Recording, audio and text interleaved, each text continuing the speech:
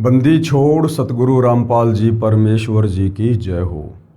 परमपिता परमात्मा सारी सृष्टि के रचनहार कुल मालिक, असंख्य ब्रह्मांडों के स्वामी, जगत गुरु, तीनों लोकों में प्रवेश करके सबका धारण पोषण करने वाले, राजाधिराज, आत्माधार, नाथों के नाथ, देवों के देव महादेव, सर्वेश्वर महेश्वर, मृत्युंजय, अजरो अमर, आदि अनादि, सनातनी प्रभु, जगत पिता जगदीश्वर, श्री श्री 1008 की उपाधि के वास्तविक अधिकारी, अकाल मूर्त, शब्द स्वरूपी राम वासुदेव, सर्वगतम ब्रह्म, परम पूज्य, प्रथम पूज्य, परम संत, परम पुरुष, परम धनी, परम दयालु, सत्य कबीर, हक्का कबीर, अल्लाहु कबीर, अल्लाहु अकबर, बाखबर, अल्लाह ताला, जगत के तारणहार, जगत के मुक्तिदाता, जगत के जगन्नाथ, हारे के सहारे, हिंदुओं के राम, मुसलमानों के अल्लाह, सिखों के वाहिगुरु, ईसाइयों के मसीह, दया के सागर दयानिधि, करुणा के सागर करुणानिधि, स्वयंभू परिभू, संकट मोचन, कष्ट हरण, मंगल करण, दुख भंजन, अविगत कबीर, निर्विकार निर्विषम परमात्मा, अलय अलेख सतगुरु, आदि अनादि सतगुरु, असली मर्यादा पुरुषोत्तम, असली राम, असली कृष्ण, असली घनश्याम, असली मुरारी, राजाओं के राजा, महाराजाओं के महाराजा, शहंशाहों के शहंशाह, सम्राटों के सम्राट, भगवानों के भगवान, अल्लाहों के अल्लाह, प्रभुओं के प्रभु, मसीहाओं के मसीह, सच्चे वाहिगुरु, बाबाओं के बाबा, पीरों के पीर, सेठों के सेठ, जगत सेठ, सावड़सा सेठ, सर्वगुण संपन्न, अनंत कोटि कलाओं के स्वामी, अनंत कोटि ब्रह्मांडों के नायक, योगियों में महायोगी, ध्यानियों में महाध्यानी, सिद्धों में परम सिद्ध, ज्ञानियों में तत्व ज्ञानी, ब्रह्म ज्ञानी, महाज्ञानी, परम ज्ञानी, सर्वश्रेष्ठ ज्ञानी, विज्ञानी, युवा कबीर, समर्थ कबीर, असमवात, अमित ओझा, सच्चे रहनुमा, करीम अल्लाह, सुभान अल्लाह, दुनिया के अंतिम पैगंबर। 8 सितंबर 1951 से गांव धनाना, जिला सोनीपत, हरियाणा, भारतवर्ष की पावन भूमि पे प्रकट रियल कल्कि भगवान श्री नारायण साकार हरि, श्री बाबा साहेब नूर अनंत परमात्मा, सच्चे दरवेश, सच्चे बाखबर, संत श्रोमणी सतगुरु रामपाल जी परमेश्वर जी के चरण कमल में आप और हम सभी भाई बहनों का अनंत कोटि दंडवत प्रणाम। सच्चाई भाई और बहनों, बहुत बड़ी दया, बहुत बड़ी मेहर पूज्य गुरुदेव भगवान की, परमेश्वर रामपाल जी की, जिनके शुभ आशीर्वाद से, विशेष आशीर्वाद से, उन्हीं के सत्संगों के संग्रह के ऊपर बन चुकी पवित्र आध्यात्मिक पुस्तक कबीर बड़ा या कृष्ण के ऊपर वीडियो बनाने की श्रृंखला जारी है। इसी श्रृंखला में आज हमारा ये 15वें नंबर का वीडियो है। इस पवित्र पुस्तक कृष्ण बड़ा या कबीर, इसके प्रत्येक वीडियो से हमें अध्यात्म को लेकर, शास्त्र अनुकूल साधना को लेकर, भक्ति और भगवान को लेकर, धार्मिक अनुष्ठानों को लेकर विशेष जानकारी उपलब्ध हो रही है।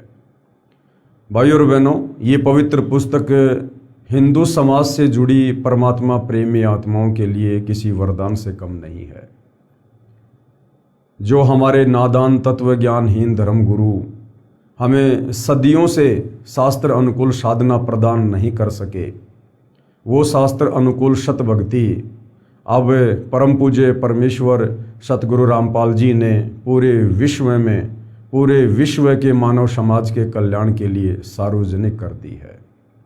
अब यदि आवश्यकता है तो परम पूज्य सतगुरु रामपाल जी के सत्संगों को ध्यान पूर्वक सुनकर, उनसे उपदेश प्राप्त करके अपनी आत्मा का कल्याण करवाने की है। ये मनुष्य जन्म भाई और बहनों, 184 योनियां भोगने के बाद परमेश्वर अपने तरफ से एक विशेष तोहफे के रूप में देते हैं और कहते हैं कि मानव जन्म पाए कै जो नहीं रटे हरि नाम, जैसे कुआं जल बिना फिर बनवाया क्या काम।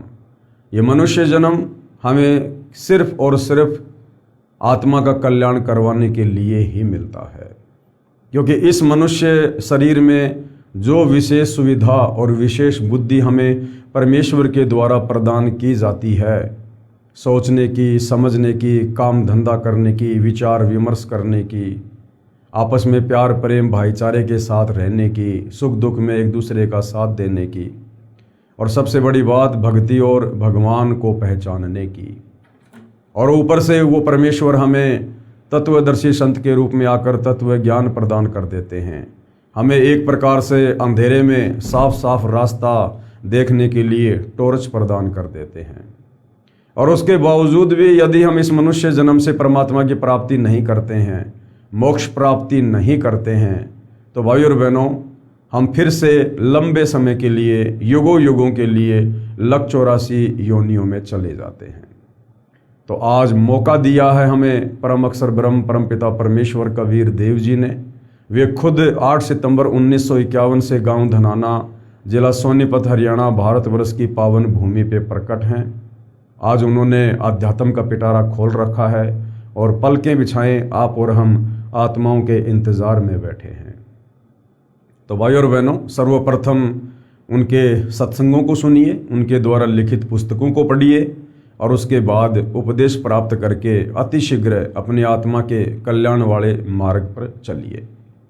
अब उसके लिए भाई और बहनों, ये पवित्र पुस्तक कबीर बड़ा या कृष्ण, अगर आपने इस पवित्र पुस्तक को निष्पक्ष होकर, रुचि लेकर यदि ध्यान से पढ़ लिया और समझ लिया, तो भाई और बहनों, आपको सब कुछ क्लियर हो जाएगा कि वास्तव में एक पूर्ण परमात्मा कौन है। जिस पूर्ण परमात्मा ने ब्रह्मा विष्णु महेश को भी बनाया, 33 करोड़ देवी देवताओं को बनाया, दुर्गा को बनाया, इस काल ब्रह्म को बनाया, अक्षर पुरुष को बनाया, सकल सृष्टि को रचा और तीनों लोकों में प्रवेश करके सबका धारण पोषण कर रहे हैं, वो एक परमेश्वर कौन है, जिसकी तलाश इस आत्मा को युगों युगों से रही है। आज भाई और बहनों, हमारी वो तलाश समाप्त हो जाएगी यदि हमने ध्यानपूर्वक इस पवित्र पुस्तक को पढ़ लिया तो भाई और बहनों, इस पवित्र पुस्तक कबीर बड़ा या कृष्ण पर जो विशेष विषय चल रहा है वो है जनता की अदालत में प्रश्नोत्तरी। यानी जनता की अदालत यानी हिंदू समाज, और जनता की अदालत में जज भी जनता ही है, क्योंकि जनता शिक्षित है, पढ़ी लिखी है, अपनी आंखों से अपने ही पवित्र धर्मशास्त्रों में लिखी सच्चाई को देखकर निर्णय कर सकती है। मुकदमा है कि सबसे बड़ा भगवान कौन, कबीर बड़ा या कृष्ण। एक तरफ श्री कृष्ण और विष्णु जी के वकील साहिबानों के रूप में हिंदू समाज के सर्व धर्मगुरु आचार्य शंकराचार्य खड़े हैं, तो दूसरी तरफ कबीर जी के वकील के रूप में परम पूज्य सतगुरु रामपाल जी खड़े हुए हैं। और जो जो प्रश्न श्री कृष्ण उर्फ विष्णु को परमेश्वर कहने को लेकर श्री कृष्ण जी के वकील हिंदू धर्मगुरुओं ने अदालत में रखे थे, उन सभी प्रश्नों का प्रमाणित जवाब हिंदू धर्म ग्रंथों को आधार बनाकर सतगुरु रामपाल जी ने जनता की अदालत में जनता के सामने पेश कर दिए और ये साबित कर दिया कि श्री कृष्ण उर्फ विष्णु ये पूर्ण परमात्मा नहीं है, ये अविनाशी नहीं है, अजरो अमर नहीं है, ये नाशवान है। इनका जन्म होता है, मृत्यु होती है, इनके माता पिता हैं, इनकी माँ दुर्गा है और इनका पिता काल भगवान है। और ब्रह्मा विष्णु महेश इन तीनों देवताओं की भक्ति से पूर्ण मुक्ति नहीं हो सकती। देवी दुर्गा और ब्रह्म की भक्ति से भी पूर्ण मोक्ष नहीं है। उसके बाद जनता अध्यात्म में रुचि लेने लगी और श्री कबीर देव जी के वकील सतगुरु रामपाल जी से जनता की अदालत में जनता अध्यात्म को लेकर तरह तरह के सवाल करने लगी और प्रत्येक सवाल का सतगुरु रामपाल जी प्रमाणित जवाब दे रहे हैं। इसी प्रश्नोत्तरी में आज का हमारा जो विषय है वो ये है कि चारों वेदों में, पवित्र गीता जी में और 18 पुराणों में ये पितृ पूजना, श्राद्ध निकालना, भूत पूजा करना, पाखंड पूजा करना, देवी देवताओं की पूजा करना, ये बिल्कुल मना है। तो जनता बहुत ध्यानपूर्वक सुन रही है और कबीर जी के वकील सतगुरु रामपाल जी सच्चाई उन्हीं धर्म ग्रंथों को सामने रखकर बता रहे हैं। गीता, वेदों व पुराणों में भी पितृ व भूत पूजा मोक्षदायक नहीं है। ये भूत पूजा क्या है, ये पितृ पूजा क्या है? जो हम अपने पूर्वजों के श्राद्ध निकालते हैं, उनकी समाधि पूजते हैं, 12वीं और 13वीं करते हैं, इसको कहते हैं भूत पूजा, पितृ पूजा, जो शास्त्रों के विरुद्ध है। इसका प्रमाण देखिए, श्री कृष्ण जी के वकील साहिबान कहते हैं कि हम श्राद्ध करते तथा करवाते हैं, जबकि गीता अध्याय 9 श्लोक 25 में कहा है कि जो पितरों की पूजा करते हैं वे पितरों को प्राप्त होते हैं। यानी मोक्ष नहीं होता, वो अपने पूर्वजों के पास चले जाते हैं, यानी वो पितर योनि प्राप्त करके पितरलोक में जाएंगे। और पितरलोक में कितने कष्ट हैं, अरे कष्ट हैं तभी तो हम उनको भोजन यहाँ से भेज रहे हैं धर्म गुरुओं के कहने पर। अगर उस पितरलोक में भरपूर खाना होता, भरपूर पानी होता, अगर आत्मा वहाँ पर भूखी प्यासी नहीं मरती, तो हम पीछे से उन नादान धर्म गुरुओं के कहने पर शास्त्र विरुद्ध साधना करते हुए हमारे उन पूर्वजों के श्राद्ध क्यों निकाल रहे हैं? हम उनका खाना बना बना के यहाँ पर पशु पक्षियों को क्यों खिला रहे हैं? क्योंकि उस पितरलोक में उनको पेट भर खाना भी नहीं मिलता, पेट भर पानी भी नहीं मिलता उनको, जिस कारण से वो वहाँ से याचना करते हैं, प्रार्थना करते हैं। और ये हमारे नादान धर्म गुरु फिर आप और हमारे से श्राद्ध निकलवाते हैं। मोक्ष नहीं होगा पितृ पूजा से।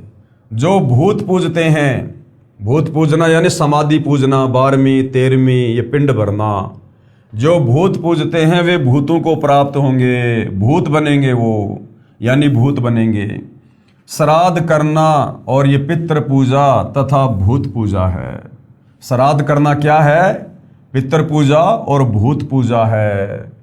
13वीं क्रिया करना, वर्षी करना, शमशान घाट से शेष बची हड्डियों के अवशेष उठाकर गंगा में प्रवाह करना, व पुरोहितों से प्रवाह करवाना आदि आदि सब ये पितृ तथा भूत पूजा है। कहने का अर्थ है भाइयों और बहनों, इन नादान धर्म गुरुओं के बहकावे में आकर गीता, वेद और पुराणों के विपरीत हमारे पूर्वजों ने जो शास्त्रों के विरुद्ध भक्ति साधना की, उसके चलते मरने के बाद वो पितृ योनि में चले गए, भूत योनि में चले गए। यानी हमारे पूर्वज, हमारे दादा, हमारी दादी, हमारे परदादा, हमारी परदादी, हमारे रिश्तेदार, जिन जिन लोगों ने ये शास्त्र विरुद्ध साधना की है, वो मरने के बाद में भूत बने हुए हैं, प्रेत योनि में हैं। और आप और हमारे से इन नादान धर्म गुरुओं के द्वारा भूतों की पूजा करवाई जा रही है, पितरों की पूजा करवाई जा रही है, जबकि मनुष्य योनि में हमने पूजा करनी थी पूर्ण परमात्मा की, सारी सृष्टि के मालिक की, जिससे मोक्ष नहीं दुर्गति प्राप्त होती है, जिसके जिम्मेदार श्री कृष्ण जी के वकील साहिबान हैं। हमसे ये गलत साधना कौन करवा रहे हैं? श्री कृष्ण उर्फ विष्णु जी के ये वकील, ये हमारे हिंदू धर्म गुरु, क्योंकि इनको स्वयं ज्ञान नहीं है। श्री कृष्ण जी के वकील, अब श्री कृष्ण जी के वकील साहिबान क्या कह रहे हैं? श्राद्ध कर्म तो भगवान रामचंद्र जी ने वनवास के दौरान भी अपने पिता श्री दशरथ जी का किया था। सीता जी ने अपने हाथों से भोजन बनाया था। जब ब्राह्मण श्राद्ध का भोजन खा रहे थे, उसी पंक्ति में सीता जी ने अपने ससुर दशरथ जी को भोजन खाते आंखों देखा। सीता ने घूंघट निकाला और श्री रामचंद्र को बताया, दशरथ जी स्वर्ग से श्राद्ध खाने आए थे, इसलिए श्राद्ध कर्म करना चाहिए। अब जनता की अदालत में अपनी पोल खुलती हुई देखकर भरी सभा में ये श्री कृष्ण उर्फ विष्णु जी के तमाम वकील अर्थात सभी हिंदू धर्मगुरु क्या कहने लगे अपनी बात को ऊपर रखने के लिए कि श्राद्ध कर्म करना गलत कैसे हो सकता है। जब श्री रामचंद्र जी वनवास में थे तो उस समय उन्होंने अपने पिता राजा दशरथ जी का श्राद्ध निकाला था और राजा दशरथ स्वर्ग से श्राद्ध खाने के लिए, वो भोजन खाने के लिए वहाँ जंगल में एक पंक्ति में आकर ऋषियों के बीच में बैठे हुए थे और सीता जी ने अपनी आंखों से देखा था और उन्होंने घूंघट कर लिया था। तो श्राद्ध कर्म करना गलत कैसे हुआ? हमारे भगवान श्री रामचंद्र जी भी तो श्राद्ध निकाला करते थे। तो कबीर जी के वकील सतगुरु रामपाल जी किस प्रकार से प्रमाणित जवाब दे रहे हैं? कबीर जी के वकील, अदालत को बताना चाहता हूं कि इन्होंने यानी शास्त्र विधि त्याग कर मनमाना आचरण करने व करवाने वालों ने ही दशरथ जैसी नेक आत्माओं को गलत साधना करने के लिए प्रेरित करके भूत व पितृ बनवाया। जैसे हमारे पूर्वजों को इन गलत साधना करने वाले नादान धर्म गुरुओं ने मरने के बाद में प्रेत योनि में भेज दिया, पितृ योनि में भेज दिया, उसी प्रकार त्रेता युग में राजा दशरथ के जो धार्मिक गुरु थे वो भी इन धर्म गुरुओं की भांति थे। उनको भी तत्व ज्ञान नहीं था, वो भी शास्त्र विरुद्ध साधना किया करते थे, वेदों के विरुद्ध साधना किया करते थे, और उन नीम हकीमों के अनुसार साधना करने से जो शास्त्र विरुद्ध साधना थी, मरने के बाद में राजा दशरथ की भी दुर्गति हुई। मरते समय भी दुर्गति हुई क्योंकि अपने घर की छत से नीचे गिरकर और उनकी गर्दन टूटने से अकाल मृत्यु हुई। और मरने के बाद वो प्रेत योनि में गए, वो पितृ योनि में गए, वहां भी वो दुखी। फिर वह श्राद्ध ही खाएगा और क्या करेगा? फिर उसे स्वर्ग के पकवान कहां से मिलेंगे या मोक्ष कहां से मिलेगा? अगर राजा दशरथ मरने के बाद में स्वर्ग गए होते तो स्वर्ग से इस पृथ्वी पर श्राद्ध का भोजन खाने के लिए उनको आने की जरूरत नहीं पड़ती, क्योंकि स्वर्ग में तो कामधेनु गाय है, कल्प वृक्ष है, और स्वर्ग में वही आत्माएं जाती हैं जिनके पास में ढेर सारे पुण्य होते हैं। उन पुण्यों के बदले वो आत्मा वहाँ पर ऐश करती है, आराम करती है, सर्व भोग भोगती है। तो यदि राजा दशरथ स्वर्ग में गए होते तो उनको भोजन करने के लिए उस श्राद्ध में नहीं आना पड़ता। अर्थात राजा दशरथ श्री रामचंद्र जी के पिताजी भी शास्त्र विरुद्ध साधना करने के चलते प्रेत योनि में गए, पितृ योनि में गए, और वही साधना उन्हीं नादान धर्म गुरुओं के कहने पर जो राजा दशरथ ने की थी वो श्री रामचंद्र जी ने की, उनके भाइयों ने की, सीता जी ने की। तो सोचिए उनके मरने के बाद में वो कहाँ गए होंगे। गीता में चारों वेदों वाला ज्ञान संक्षिप्त में कहा है, यानी शॉर्ट में है। गीता अध्याय 9 श्लोक 25 में श्राद्ध व पिंड आदि कर्म कांड को गलत कहा है। हम एक तरफ तो कहते हैं कि हम हिंदू हैं और ये पवित्र गीता जी हमारा सर्वश्रेष्ठ धर्म ग्रंथ है, और पवित्र गीता जी अध्याय 9 श्लोक नंबर 25 में ये पिंड निकालना, श्राद्ध करना, ये सब मना किया हुआ है कि भूत पूजोगे तो भूत बनोगे, पितर पूजोगे तो तुम पितर बनोगे, देवताओं को पूजोगे तो देवताओं के लोक में जाओगे, और ये काल ब्रह्म कह रहा है कि मेरी पूजा करोगे तो मेरे लोक में आओगे। तो गीता जी हमें जिन साधनाओं को करने के लिए मना कर रही है, जिन क्रियाओं को करने के लिए मना कर रही है, यदि हम उनके विपरीत क्रिया करेंगे तो हम शास्त्रों के विरुद्ध साधना कर रहे हैं। और गीता अध्याय 16 श्लोक नंबर 23 के अनुसार जो व्यक्ति शास्त्र विधि को त्याग कर मनमाना आचरण यानी भक्ति क्रिया करते हैं उनको ना गति होती है, ना उनको कोई सिद्धि प्राप्त होती है, और इसी प्रकार से अपना जीवन व्यर्थ करके वो आत्माएं चली जाती हैं। मार्कंडे पुराण में भी प्रमाण है कि वेदों में पितृ पूजा, भूत पूजा यानी श्राद्ध करना अविद्या यानी मूर्खों का काम बताया है। पेश है प्रमाण के लिए गीता अध्याय 9 श्लोक 25 की फोटोकॉपी, क्योंकि मामला जनता की अदालत में चल रहा है। एक तरफ श्री कृष्ण जी के वकील खड़े हैं और दूसरी तरफ कबीर जी के वकील सतगुरु रामपाल जी। तो वही जनता की अदालत में प्रमाण दिखाने अति आवश्यक होते हैं कि वास्तव में ये जो श्राद्ध निकालना है, समाधि पूजना है, 12वीं करना, 13वीं करना, पिंड भरना, ये पितृ पूजा है, ये भूत पूजा है, और इस पूजा को करने के चलते हम अंत में शरीर त्यागने के बाद दुर्गति को प्राप्त होंगे। हम भूत बनकर घूमेंगे, हम प्रेत बनकर घूमेंगे। ये हमारा पवित्र ग्रंथ गीता जी कह रहा है। ये देखिएगा अध्याय 9 श्लोक नंबर 25 की फोटोकॉपी आप जियों के सामने है। हाथ कंगन को आरसी क्या, पढ़े लिखे को फारसी क्या। यान्ति देवव्रता देवान पितरन यान्ति पितृव्रंता भूतानि यान्ति भूतेजा यान्ति मद्याजिन अपि माम। क्या कहा है? देवताओं को पूजने वाले देवताओं को प्राप्त होते हैं। जो ब्रह्मा विष्णु महेश की पूजा करते हैं या अन्य देवी देवताओं की पूजा करते हैं, वो मरने के बाद क्या होगा? वो इन देवताओं के लोक में जाएंगे, और इन देवताओं के लोक में जाकर वो देवता नहीं बनेंगे, वहां पर नौकर बनेंगे, वो गण बनेंगे। और अपना वो पुण्य वहाँ पर खर्च करके फिर वापस जन्म मरण में आएंगे, लक 84 में आएंगे और नरक में जाएंगे। और पितरों को पूजने वाले पितरों को प्राप्त होंगे। अब ये जो श्राद्ध वगैरह निकालते हैं ये पितृ पूजा है। तो श्राद्ध निकालने वाले मरने के बाद कहाँ जाएंगे? वो तो देवताओं के लोक में भी नहीं जाएंगे, क्योंकि वो तो श्राद्ध निकाल के समाधि पूज के कर्म कांड कर करके वो तो भूत पूजा कर रहे हो, तो पितृ पूजा कर रहे हैं। तो वो अपने पूर्वजों के पास जाएंगे जो भटक रहे हैं भूखे प्यासे। भूतों को पूजने वाले भूतों को प्राप्त होते हैं। जो पिंडदान वगैरह करते हैं वो भूत पूजा है। और मेरा पूजन करने वाला भगत मुझको ही प्राप्त होता है। काल ब्रह्म कह रहा है, गीता ज्ञानदाता ये ज्योति निरंजन, कि मेरी पूजा करने वाला मुझे प्राप्त होता है। तो काल ब्रह्म की साधना है ओम नाम।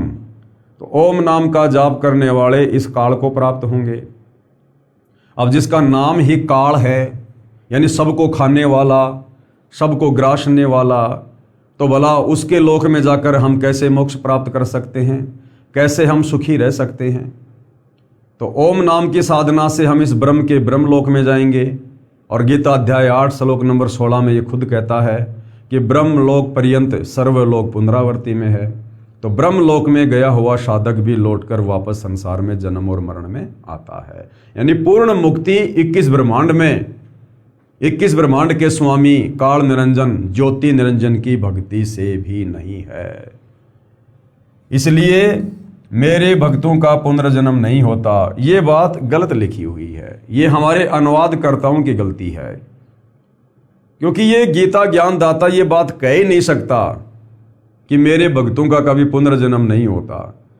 क्योंकि आपने देखा इसी पवित्र गीता में, ये गीता ज्ञान देने वाला ब्रह्म काल, ये खुद गीता अध्याय 2 श्लोक नंबर 12 में, गीता अध्याय 10 श्लोक नंबर 2 में, गीता अध्याय 4 श्लोक नंबर 5 और 9 में ये खुद स्वीकार कर रहा है कि अर्जुन तेरे और मेरे बहुत जन्म हो चुके हैं, तू नहीं जानता, मैं जानता हूं। ये राजा लोग, ये सेना, तू और मैं, हम पहले भी थे, आज भी हैं, आगे भी होंगे। अर्थात हम जन्मते और मरते हैं। फिर भला ये कैसे कह सकता है? इसलिए मेरे भक्तों का पुनर्जन्म नहीं होता। जब ये खुद ही जन्म और मरण में है तो इसके भक्तों का जन्म मरण का रोग कैसे समाप्त होगा, कैसे कटेगा? तो ये गीता अनुवादकों ने अनुवाद में गलती की है, क्योंकि इनको तत्व ज्ञान नहीं था और ये श्री कृष्ण उर्फ विष्णु से ऊपर किसी को परमात्मा नहीं मानते थे। तो घुमा फिरा के इन्होंने श्री कृष्ण जी के ऊपर ही टोपी पहना दी। देखिएगा, यह अनुवाद श्री जयदयाल गोविंदका जी का किया हुआ गीता प्रेस गोरखपुर से प्रकाशित है।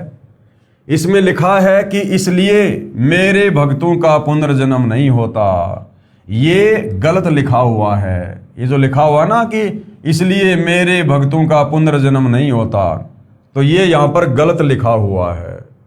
प्रथम तो मूल पाठ में ऐसा कोई शब्द नहीं है जिसका अर्थ ये बनता हो। दूसरा, गीता ज्ञान देने वाले ने गीता अध्याय 2 श्लोक 12 में, गीता अध्याय 4 श्लोक 5 में और गीता अध्याय 10 श्लोक 2 में स्पष्ट किया है कि मेरा पुनर्जन्म होता है। जब गीता ज्ञानदाता काल ब्रह्म खुद स्वीकार कर रहा है कि मेरा पुनर्जन्म होता है, तो बताओ फिर भाई गीता अध्याय 9 श्लोक नंबर 25 में क्यों कहेगा कि मेरे भक्तों का पुनर्जन्म नहीं होता? जब भगवान का पुनर्जन्म हो रहा है गीता ज्ञानदाता का, तो उसके भक्तों का पुनर्जन्म नहीं होगा, ये बात जमने वाली नहीं है। ये तो बार बार जन्मता और मरता है। जब गीता ज्ञानदाता स्वयं जन्मता मरता है, तो पुजारी का जन्म मरण कैसे समाप्त हो सकता है? ये सोचने की बात है। श्री कृष्ण जी के वकील साहिबानों यानी हिंदू धर्म गुरुओं ने जनता को झूठा ज्ञान बताकर भ्रमित कर रखा है। ये वर्तमान में जितने भी संत, महंत, मंडलेश्वर, आचार्य, शंकराचार्य हैं, इन सब ने भोली भाली हिंदू धर्म की जनता को गुमराह करने का ठेका लिया हुआ है और अनमोल मानव जन्म बर्बाद करवा रहे हैं। क्योंकि ये मनुष्य जन्म सिर्फ और सिर्फ शास्त्र अनुकूल साधना करके, और शास्त्र अनुकूल साधना मिलेगी तत्वदर्शी संत की शरण में। क्योंकि हमारे जो धर्म ग्रंथ हैं, पवित्र वेद और गीता, ये अध्यात्म का संविधान है।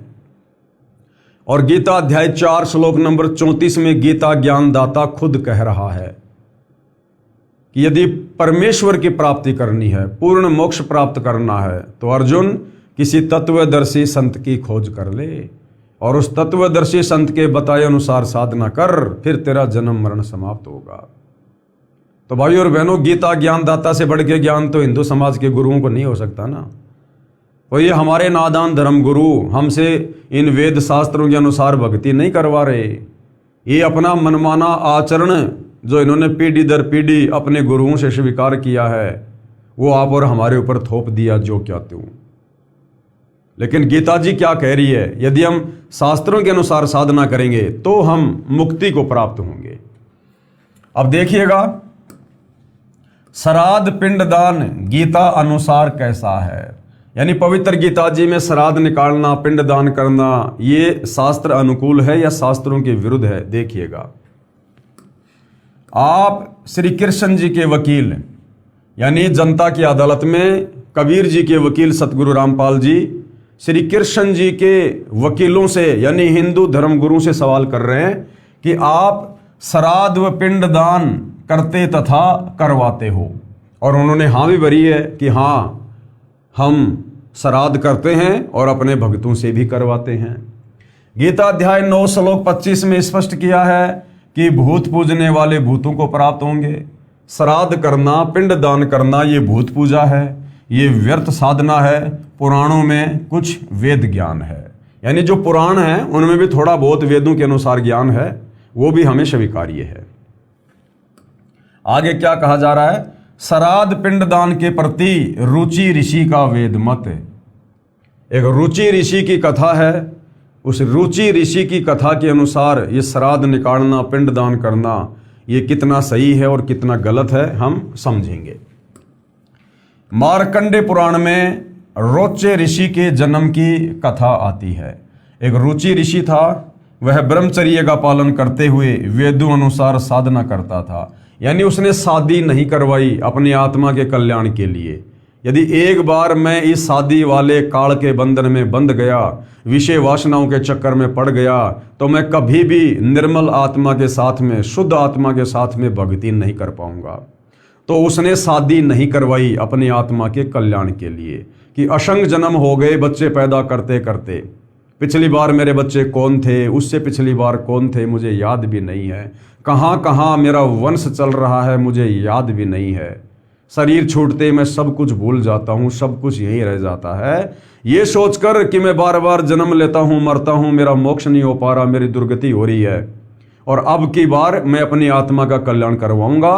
भक्ति के अलावा और किसी भी प्रकार का सांसारिक झंझट अपने गले में नहीं डालूंगा। ये सोचकर उसने शादी नहीं करवाई, अर्थात विवाह नहीं करवाया था।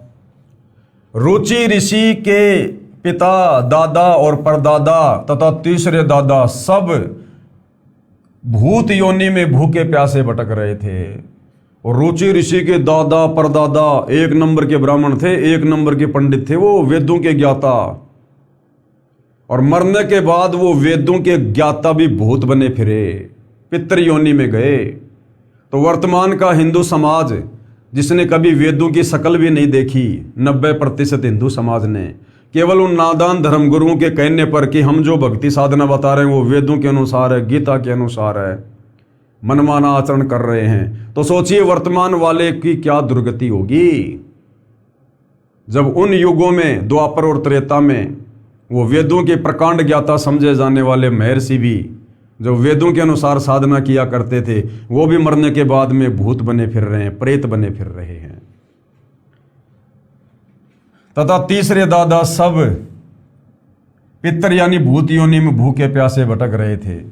एक दिन उन चारों ने रुचि ऋषि को दर्शन दिए, उन भूखे मर्तों ने दर्शन दिए तथा कहा कि बेटा आपने विवाह क्यों नहीं किया, विवाह करके हमारे श्राद्ध करना।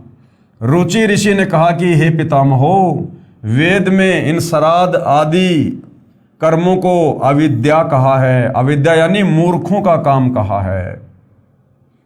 वो जो भूत बने फिर रहे थे उसके दादा परदादा तीसरा दादा, उन्होंने दर्शन दिए रुचि ऋषि को, भूखे मृतों ने, और कहा बेटा तुमने शादी क्यों नहीं करवाई, बेटा शादी करवा, फिर हमारे श्राद्ध निकाल बेटा, इससे तुझे मुक्ति मिल जाएगी, तेरा मोक्ष हो जाएगा। अब विचार करो भाई और बहनों, वो दादा परदादा रुचि ऋषि को सलाह दे रहे हैं कि तू शादी करवा, संतान उत्पन्न कर, फिर हमारे श्राद्ध निकाल, ऐसा करने से तेरा मोक्ष हो जाएगा। तो वो भी तो अपने समय में शादी करके और श्राद्ध निकाल रहे थे अपने पूर्वजों के, फिर वो कर्म करने से उनका मोक्ष क्यों नहीं हुआ? वो फिर भूत योनि में क्यों है, प्रेत योनि में क्यों है? तो रुचि ऋषि ने विचार किया कि जब इस प्रकार से शादी करके श्राद्ध करने से भाई जब मेरे दादा और परदादाओं का मोक्ष नहीं हुआ, तो इनके कहने से वही कर्म कांड करने से जिसको वेदों में अविद्या यानी मूर्खों की पूजा कहा है श्राद्ध निकालने को, भला मेरा मोक्ष कैसे हो जाएगा? तो रुचि ऋषि ने क्या कहा? रुचि ऋषि ने कहा कि हे पितामहों, यानी हे मेरे दादा परदादाओं, वेद में इस श्राद्ध आदि कर्म को अविद्या कहा है, यानी मूर्खों का काम कहा है। फिर आप मुझे इस कर्म को करने को क्यों कह रहे हो? क्योंकि वो भूखे मर रहे थे, अपनी भूख शांत करवाना चाहते थे, दुखी हो रहे थे। पितरों ने कहा कि ये बात बिल्कुल सत्य है कि श्राद्ध आदि कर्म को वेदों में अविद्या अर्थात मूर्खों का कार्य कहा है। वेद वो भी पढ़ा करते थे, वो भी ब्राह्मण थे, पंडित थे, लेकिन साधना वेदों के विपरीत करके अपने जीवन का सत्यानाश कर गए। तो कह रहे हैं कि बेटा रुचि बात तो तेरी सही है, ये श्राद्ध निकालना, पिंडदान करना, ये वेदों में अविद्या कहा गया है, ये मूर्खों की पूजा कहा गया है। पितरों ने कहा कि ये बात बिल्कुल सत्य है कि श्राद्ध आदि कर्म को वेदों में अविद्या अर्थात मूर्खों का कार्य ही कहा है। पितरों ने यह भी कहा है कि बेटा तुम जिस मार्ग पर चल रहे हो यह मोक्ष का मार्ग है।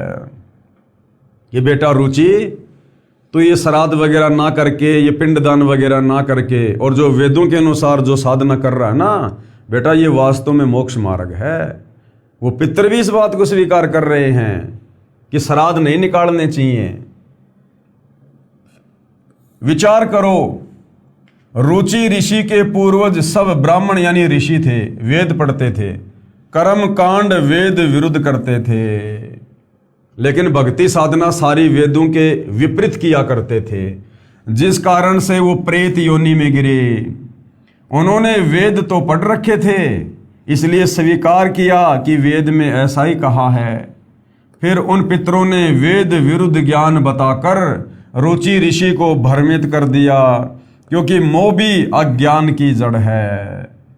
मार्कंडेय पुराण के प्रकरण से सिद्ध हुआ कि वेदों में तथा वेदों के ही संक्षिप्त रूप गीता में श्राद्ध और ये पिंडोतक आदि भूत पूजा के कर्म को निषेध बताया है, नहीं करना चाहिए। उन मूर्ख ऋषियों ने अपने पुत्र को भी श्राद्ध करने के लिए विवश किया, उसने विवाह कराया, रुचि ऋषि ने बाद में शादी करवाई, शादी के बाद में रोचे ऋषि का जन्म हुआ और बेटा भी पाप का भागी बना लिया, पितर बना दिया। आश्चर्य की बात तो ये है, क्या है? आश्चर्य की बात तो ये है कि रुचि ऋषि के पितरों ने कहा है कि बेटा तुम जिस मार्ग पर चल रहे हो, यानी जो श्राद्ध वगैरह नहीं निकाल रहे हो और वेदों के अनुसार ओम नाम की साधना कर रहे हो, वह मोक्ष का मार्ग है। फिर भी रुचि ऋषि को भ्रमित किया कि पितर पूज और पितर बन, करवा दुर्गति जैसे उन पितरों की हो रही थी। रुचि सही मार्ग पर था, उसे भी नरक का भागी बना दिया। ऐसे कर्म हैं इन श्री कृष्ण जी के वकीलों यानी धर्म गुरुओं के। धिक्कार है ऐसे लोगों को जो मानव जाति को भ्रमित करके उनका अनमोल मानव जीवन नष्ट करवा रहे हैं, स्वयं भी दुर्गति को प्राप्त हो रहे हैं। बड़ी अदालत में कबीर जी के वकील सतगुरु रामपाल जी ने उन तमाम हिंदू धर्म गुरुओं के सामने कहा कि धिक्कार है तुम जैसे नादान तत्व ज्ञानहीन धर्म गुरुओं को, जो इस अनमोल मनुष्य जन्म को शास्त्र विरुद्ध साधना करवा कर बर्बाद करवा रहे हैं। क्योंकि मानव जन्म दुर्लभ है, ये मिले न बारंबार। और जैसे पेड़ से पत्ता टूट गिरे फिर वापस नहीं लगता डार। ये 84 लाख प्रकार की योनियां भोगने के बाद गधा, कुत्ता, शुअर, बैल, बकरी, मच्छर, गंदी नाली का कीड़ा, सूअर, इस प्रकार से 84 लाख प्रकार के शरीर, और उन शरीरों में कैसा कैसा कष्ट भोगना पड़ता है। एक कुत्ते का जीवन देख लो, एक सूअर का जीवन देख लो, एक गधे का जीवन देख लो। सारा जिंदगी क्या खाता है, कैसे रहता है, कहाँ सोता है। इतना कष्ट भोगने के बाद, और 84 लाख योनियों का समय, अरबों खरबों वर्ष लग जाते हैं भोगने में। इतना कष्ट भोगने के बाद परमेश्वर हमें एक मनुष्य जन्म देता है, स्त्री या पुरुष का, केवल परमात्मा प्राप्ति के लिए। क्योंकि मनुष्य जन्म में ही हम भक्ति करके मोक्ष करवा सकते हैं। और उस अनमोल मनुष्य जन्म को ये नादान धर्म गुरु अपने शवारत के चलते, अपनी नादानी के चलते, मान बढ़ाई और अहंकार के चलते, और शास्त्र विरुद्ध साधना करवा कर, श्राद्ध निकलवा कर, देवी देवताओं की पूजा करवा कर, कर्म कांड करवा कर, पिंड आदि भरवा कर, और उसे बर्बाद करवा रहे हैं। तो सोचिए भाइयों और बहनों, इन नादान धर्म गुरुओं के साथ में मरने के बाद में अंत में क्या बनेगी। ये घोर नरक में डाले जाएंगे, घोर नरक में। पेश है प्रमाण के लिए संक्षिप्त मार्कंडे पुराण के अध्याय रोचे मनु की उत्पत्ति कथा से संबंधित प्रकरण की फोटोकॉपी। यानी हर बात का, जो बात जनता की अदालत में कबीर जी के वकील सतगुरु रामपाल जी कह रहे हैं, प्रत्येक बात का हिंदू धर्मशास्त्रों से प्रमाण दे रहे हैं, वेदों से, गीता जी से और पुराणों से, ताकि किसी को कोई संशय ना रहे। रोचे मनु की उत्पत्ति कथा। मार्कंडे जी कहते हैं, ब्राह्मण पूर्व काल की बात है। प्रजापति रुचि, ममता और अहंकार से रहित इस पृथ्वी पर विचरते थे। उन्हें किसी से भय नहीं था, वे बहुत कम सोते थे। उन्होंने न तो अग्नि की स्थापना की थी और न ही अपने लिए घर ही बना रखा था। यानी ना तो अपने घर पे भोजन बनाता था, ना उसने कोई शादी वादी करवाई, ना उसने अपना कोई मकान वकान बनवाया। अपनी भगवान की भक्ति करता था, घूमता फिरता था। वे एक बार भोजन करते और बिना आश्रम के ही रहते थे। उन्हें सब प्रकार की आसक्तियों से रहित एवं मनोवृत्ति से रहते देख उनके पितरों ने उनसे कहा। पितर बोले, बेटा, विवाह स्वर्ग और अपवर्ग का हेतु होने के कारण एक पुण्यमय कार्य है। भ्रमित किया उसको कि बेटा शादी करवाना तो बड़ा पुण्य का कार्य है। क्या खाक पुण्य का कार्य है? उसे तुमने क्यों नहीं किया? और गृहस्थ पुरुष समस्त देवताओं, पितरों, ऋषियों और अतिथियों की पूजा करके पुण्यमय लोगों को प्राप्त करता है। अरे तुम थे ना गृहस्थ में, तुम लोगों ने तो शादी करवा रखी थी, तभी तो वो रुचि ऋषि पैदा हुआ होगा। अगर गृहस्थ जीवन जीने से अगर सारे देवी देवता प्रसन्न हो जाते हैं, बड़ा सुख मिलता है, गति हो जाती है, तो अब तुम्हारी दुर्गति क्यों हो रही है जो तुम रुचि को सलाह दे रहे हो? गृहस्थ पुरुष समस्त देवताओं, पितरों, ऋषियों और अतिथियों की पूजा करके पुण्यमय लोगों को प्राप्त होता है, और खुद वो प्रेत बने फिर रहे हैं। वह स्वाहा के उच्चारण से देवताओं को, सवधा के उच्चारण से पितरों को, तथा अन्नदान, बलि, वैश्वदेव आदि से भूत आदि प्राणियों एवं अतिथियों को उनका भाग समर्पित करता है। बेटा, हम ऐसा मानते हैं, हम ऐसा मानते हैं, शास्त्रों में नहीं लिखा। अपना मनमाना आचरण थोप रहे हैं रुचि ऋषि के ऊपर। बेटा, हम ऐसा मानते हैं कि गृहस्थ आश्रम को स्वीकार न करने पर तुम्हें इस जीवन में कलेश उठाना पड़ेगा। अरे वो तो बड़ी आराम से रह रहा था, बड़ी शांति से रह रहा था। उसके जीवन में तो कोई दुख नहीं था, कोई कष्ट नहीं था, कोई कलेश नहीं था। लेकिन बाद में इन लोगों ने जबरदस्ती डरा के, धमका के, शादी करवा के जरूर उसके गले में झंझट डाल दिया और कलेश करवा दिया। तथा मृत्यु के बाद और दूसरे जन्म में भी कलेश ही भोगने पड़ेंगे। रुचि ने कहा, पितृगण, परिग्रहण मात्र ही अत्यंत दुख एवं पाप का कारण होता है कि हे मेरे पूर्वजों, शादी करने से ही बहुत सारे कलेश और दुख ऑटोमेटिक जीवन में आ जाते हैं। रुचि ऋषि कहने लगा, परिग्रह यानी शादी यानी वो ग्रस्त जीवन, परिग्रह मात्र ही अत्यंत दुख एवं पाप का कारण होता है तथा उससे मनुष्य की अधोगति होती है यानी दुर्गति होती है। फिर यही सोचकर मैंने पहले स्त्री संग्रह नहीं किया। मन और इंद्रियों को नियंत्रण में रखकर जो ये आत्म संयम किया जाता है वह भी परिग्रह करने पर मोक्ष का साधक नहीं होता। ममता रूप कीचड़ में सना हुआ होने पर भी आत्मा को परिग्रह शून्य चित्त रूपी जल से प्रतिदिन धोया जाता है, वह श्रेष्ठ प्रयत्न है। जितेंद्रिय विद्वानों को चाहिए कि वे अनेक जन्मों द्वारा संचित कर्म रूपी पड़ में सने हुए आत्मा का सदा सना रूपी जल से प्रक्षालन करें। पितर बोले, बेटा, जितेंद्रिय होकर आत्मा का प्रक्षालन करना उचित ही है, यानी आत्मा का मोक्ष करवाना अपनी इंद्रियों पर काबू करके बहुत अच्छी बात है। किंतु तुम जिस मार्ग पर चल रहे हो वह मोक्ष का मार्ग है।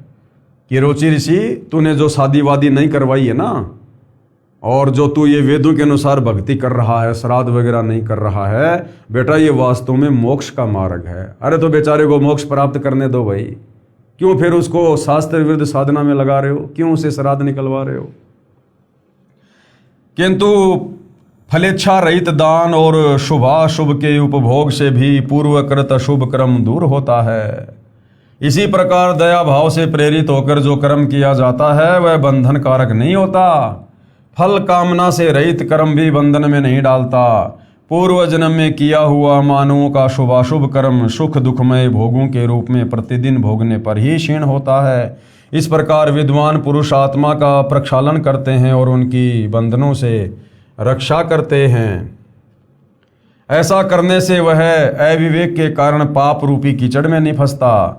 रुचि ने पूछा, पितामहों यानी हे मेरे पूर्वजों, वेद में कर्म मार्ग को अविद्या कहा गया है, फिर क्यों आप लोग मुझे उस मार्ग में लगा रहे हो।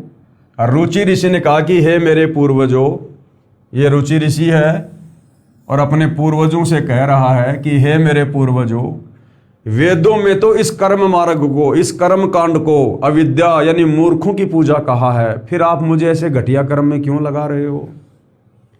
तो पूर्वज क्या बोले, पितर बोले, ये सत्य है कि कर्म को अविद्या ही कहा गया है, इसमें तनिक भी मिथ्या नहीं है।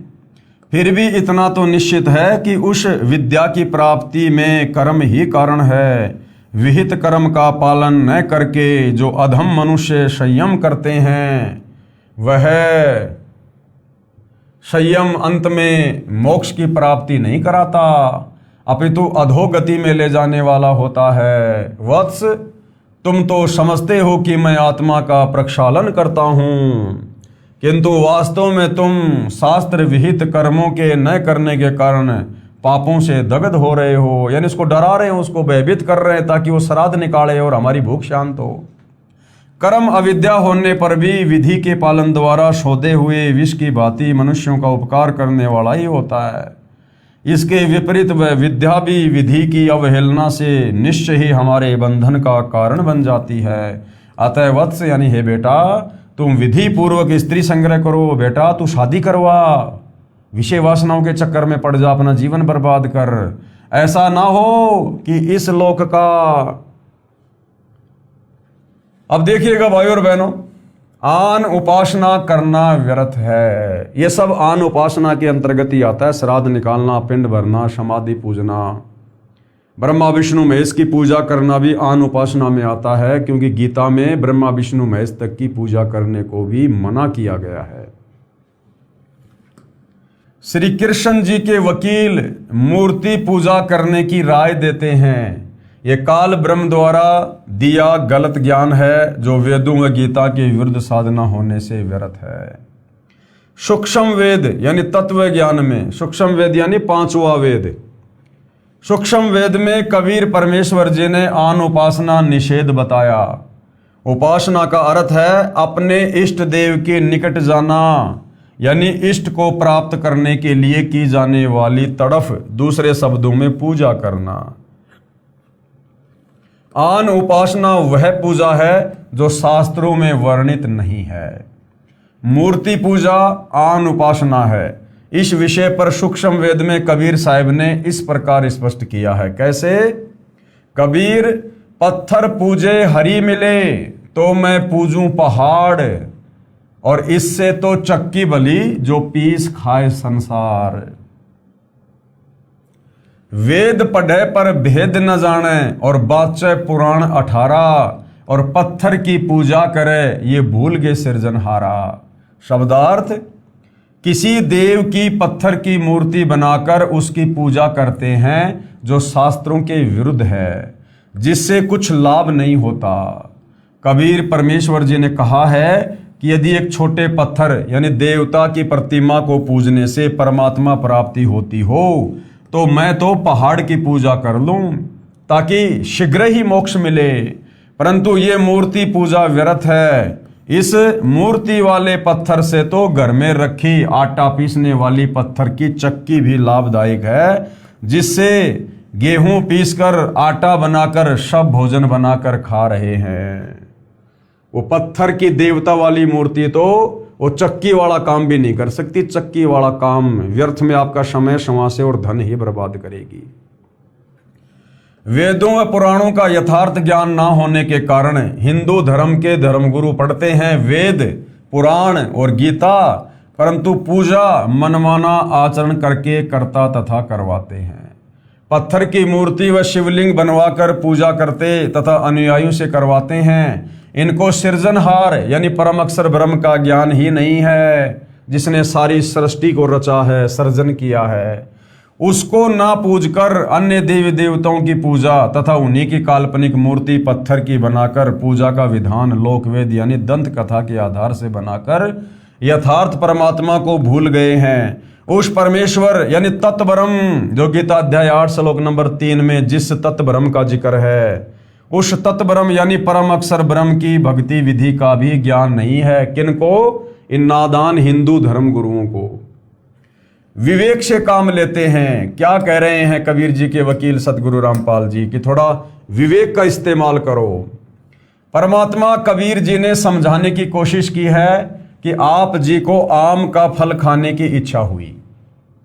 किसी ने आपको बताया कि यह पत्थर की मूर्ति आम के फल की है। आम के फल के ढेर सारे गुण बताए। आप जी उस आम के फल के गुण तो उसको खाकर प्राप्त कर सकते हैं जो आम की मूर्ति पत्थर की बनी है। उससे आम वाला लाभ प्राप्त नहीं कर सकते। आप जी को आम का फल चाहिए। उसकी यथार्थ विधि है कि पहले मजदूरी नौकरी करके धन प्राप्त करो, फिर बाजार में जाकर आम के फल विक्रेता को खोजो, फिर वह वांछित वस्तु मिलेगी। इसी प्रकार जिस भी देव के गुणों से प्रभावित होकर उससे लाभ लेने के लिए आप प्रयत्नशील हैं, उससे लाभ की प्राप्ति उसकी मूर्ति से नहीं हो सकती। जिस प्रकार आपको आम खाना है, किसी ने आपको आम की महिमा बता दी कि आम बड़ा मीठा होता है, बड़ा स्वादिष्ट होता है, फलों का राजा होता है। किसी ने आम के गुणों की महिमा बताई, आपके अंदर आम खाने की इच्छा जो है वो प्रबल हुई। अब क्या करोगे? आप आम की खोज करोगे और उस खोज में कोई नादान व्यक्ति आपको आम की एक पत्थर की मूर्ति उठा के दे दे। जिस प्रकार आजकल जो फल विक्रेता हैं वो आम, सेब, अंगूर, इनकी वो प्लास्टिक के या पत्थर के आम वगैरह, केला वगैरह वो रखते हैं, वो बना बना के लोगों को आकर्षित करने के लिए। यदि कोई आम की पत्थर की मूर्ति आपको उठा के दे दे तो क्या जो गुण आम के अंदर हैं, जो मिठास, जो स्वाद रियल आम को खाने से मिलता है, क्या उस पत्थर की मूर्ति को खाने से या चाटने से मिल जाएगा आपको? बिल्कुल भी नहीं मिलेगा। उस पत्थर की, आम की या सेब की मूर्ति को देखकर आपको आम खाने की लालसा प्रकट होगी, आपको आम खाने की इच्छा प्रकट होगी, लेकिन उसी पत्थर की मूर्ति को खाने से आपको आम वाला स्वाद नहीं मिल सकता। तो इसी प्रकार ये जो देवी देवता हैं, इनकी पत्थर की मूर्तियां हैं, इनके विषय में कोई हमें बताता है कि ये भगवान विष्णु है, ये भगवान फलाना है, और इन्होंने अपने अपने जीवन काल में ऐसे ऐसे कार्य किए, ये इतने बड़े महापुरुष थे। तो उनकी वो कथाएं सुनकर, जो उन्होंने अपने जीवन काल में अच्छे कार्य किए, उन कार्यों की प्रशंसा सुनकर हमारी इच्छा बनेगी कि हम इनकी भक्ति करें, और उस भक्ति के नाम पर कोई हमें उनकी मूर्ति थमा दे और उस मूर्ति की हम पूजा करने लग जाएं, अपने घर पे रख के या मंदिर में रख के, तो उस मूर्ति की पूजा से उस भगवान के गुण ना तो हमारे अंदर आएंगे और ना हमें उस भगवान की भक्ति का कोई लाभ मिलेगा। उसके लिए क्या करना होगा? यदि ओरिजिनल आम खाना है तो उसके लिए सबसे पहले हमने मेहनत मजदूरी करनी पड़ेगी, 100-200 रुपये अपनी जेब में डालने पड़ेंगे। फिर जहां पर वो ओरिजिनल आम मिलता है, उस आम विक्रेता के पास जाना पड़ेगा, वो पैसे उसको दो, बदले में आम खरीदो, उसके बाद आप जी आम खाओ, आपको स्वाद आएगा। तो इसी प्रकार गीता अध्याय 4 श्लोक नंबर 34 के अनुसार कि अर्जुन, यदि तुझे भक्ति का लाभ उठाना है, भक्ति का रस चखना है, परमात्मा प्राप्त करना है, मोक्ष प्राप्त करना है, तो भाई किसी फल विक्रेता यानी तत्वदर्शी संत की खोज कर और उस तत्वदर्शी संत के बताए अनुसार भक्ति साधना कर। उसके बाद तुझे उस परमात्मा की प्राप्ति होगी, उस परमेश्वर की प्राप्ति होगी। उसकी विधि शास्त्रों में वर्णित है, वह अपनाएं तथा मजदूरी यानी साधना करके भक्ति धन संग्रह करें। फिर वृक्ष की शाखा रूपी देव आप जी को मन वांछित फल आपके भक्ति कर्म के आधार से देंगे। ये संसार रूपी वृक्ष की शाखा कौन है? ये ब्रह्मा विष्णु महेश। जब आप पूर्ण परमेश्वर की भक्ति रूपी वृक्ष की जड़ की पूजा करेंगे, मूल की पूजा करेंगे, कबीर परमेश्वर की पूजा करेंगे, तत्वदर्शी संत से उपदेश प्राप्त करके, तो आपके संस्कार बनेंगे और उन्हीं संस्कारों के आधार से, क्योंकि जड़ से खुराक कहाँ आती है? टहनियों में जाती है और टहनियों के फल लगते हैं। तो जब हम भक्ति रूपी वृक्ष की जड़ परम अक्षर ब्रह्म तत् ब्रह्म कबीर देव की पूजा करेंगे, तो हमारे संस्कार बनकर इन्हीं ब्रह्मा विष्णु महेश के पास में आएंगे और यही ब्रह्मा विष्णु महेश फिर हमें मन वांछित फल देंगे भक्ति का। इस विधि से हमें लाभ होगा। अन्य उदाहरण बताया गुरुदेव ने, किसी संत बाबा से उसके अनुयायियों को बहुत सारे लाभ हुआ करते थे। श्रद्धालु अपनी समस्या बाबा यानी गुरुजी को बताया करते थे। गुरुजी उस कष्ट के निवारण की युक्ति बताते थे, अनुयायियों को लाभ होता था। उस बाबा की मृत्यु के पश्चात श्रद्धालुओं ने श्रद्धावश उस महात्मा की पत्थर की मूर्ति बनाकर मंदिर बनवाकर उसमें स्थापित कर दी। फिर उसकी पूजा प्रारंभ कर दी। उस मूर्ति को भोजन बनाकर भोग लगाने लगे। उसी के सामने अपने संकट निवारण की प्रार्थना करने लगे। उस मूर्ति में प्राण प्रतिष्ठित करने का भी आयोजन करते हैं। ये अंधश्रद्धा भक्ति है जो मानव जीवन की नाशक है। अब इसको और अच्छे से कैसे समझा रहे हैं पूज्य गुरुदेव भगवान? विचार करें, एक डॉक्टर यानी वैद्य था, जो भी रोगी उससे उपचार करवाता था वो स्वस्थ हो जाया करता था। डॉक्टर रोगी को रोग बताता और उसके उपचार के लिए औषधि देकर औषधि के सेवन की विधि बताया करता था। साथ में किन किन वस्तुओं का सेवन करें, किन का ना करें, सब हिदायत देता था। इस प्रकार उपचार से रोगी स्वस्थ हो जाया करते थे, जिस कारण से वह डॉक्टर उस क्षेत्र के व्यक्तियों में आदरणीय बना था। उसकी प्रसिद्धि दूर दूर तक थी। यदि उस डॉक्टर की मृत्यु के पश्चात उसकी पत्थर की मूर्ति बनाकर, मंदिर बनाकर, प्राण प्रतिष्ठित करवाकर स्थापित कर दी जाए, फिर उसके सामने रोगी खड़ा होकर अपने रोग के उपचार के लिए प्रार्थना करे, तो क्या वह पत्थर बोलेगा? क्या पहले जीवित रहते की तरह औषधि सेवन विधि तथा परहेज बताएगा? नहीं, बिल्कुल नहीं। उन रोगियों को उसी जैसा अनुभवी डॉक्टर खोजना होगा जो जीवित हो, पत्थर की मूर्ति से उपचार की इच्छा करने वाले अपने जीवन के साथ धोखा करेंगे। वे बिल्कुल भोले या बालक बुद्धि के हो सकते हैं।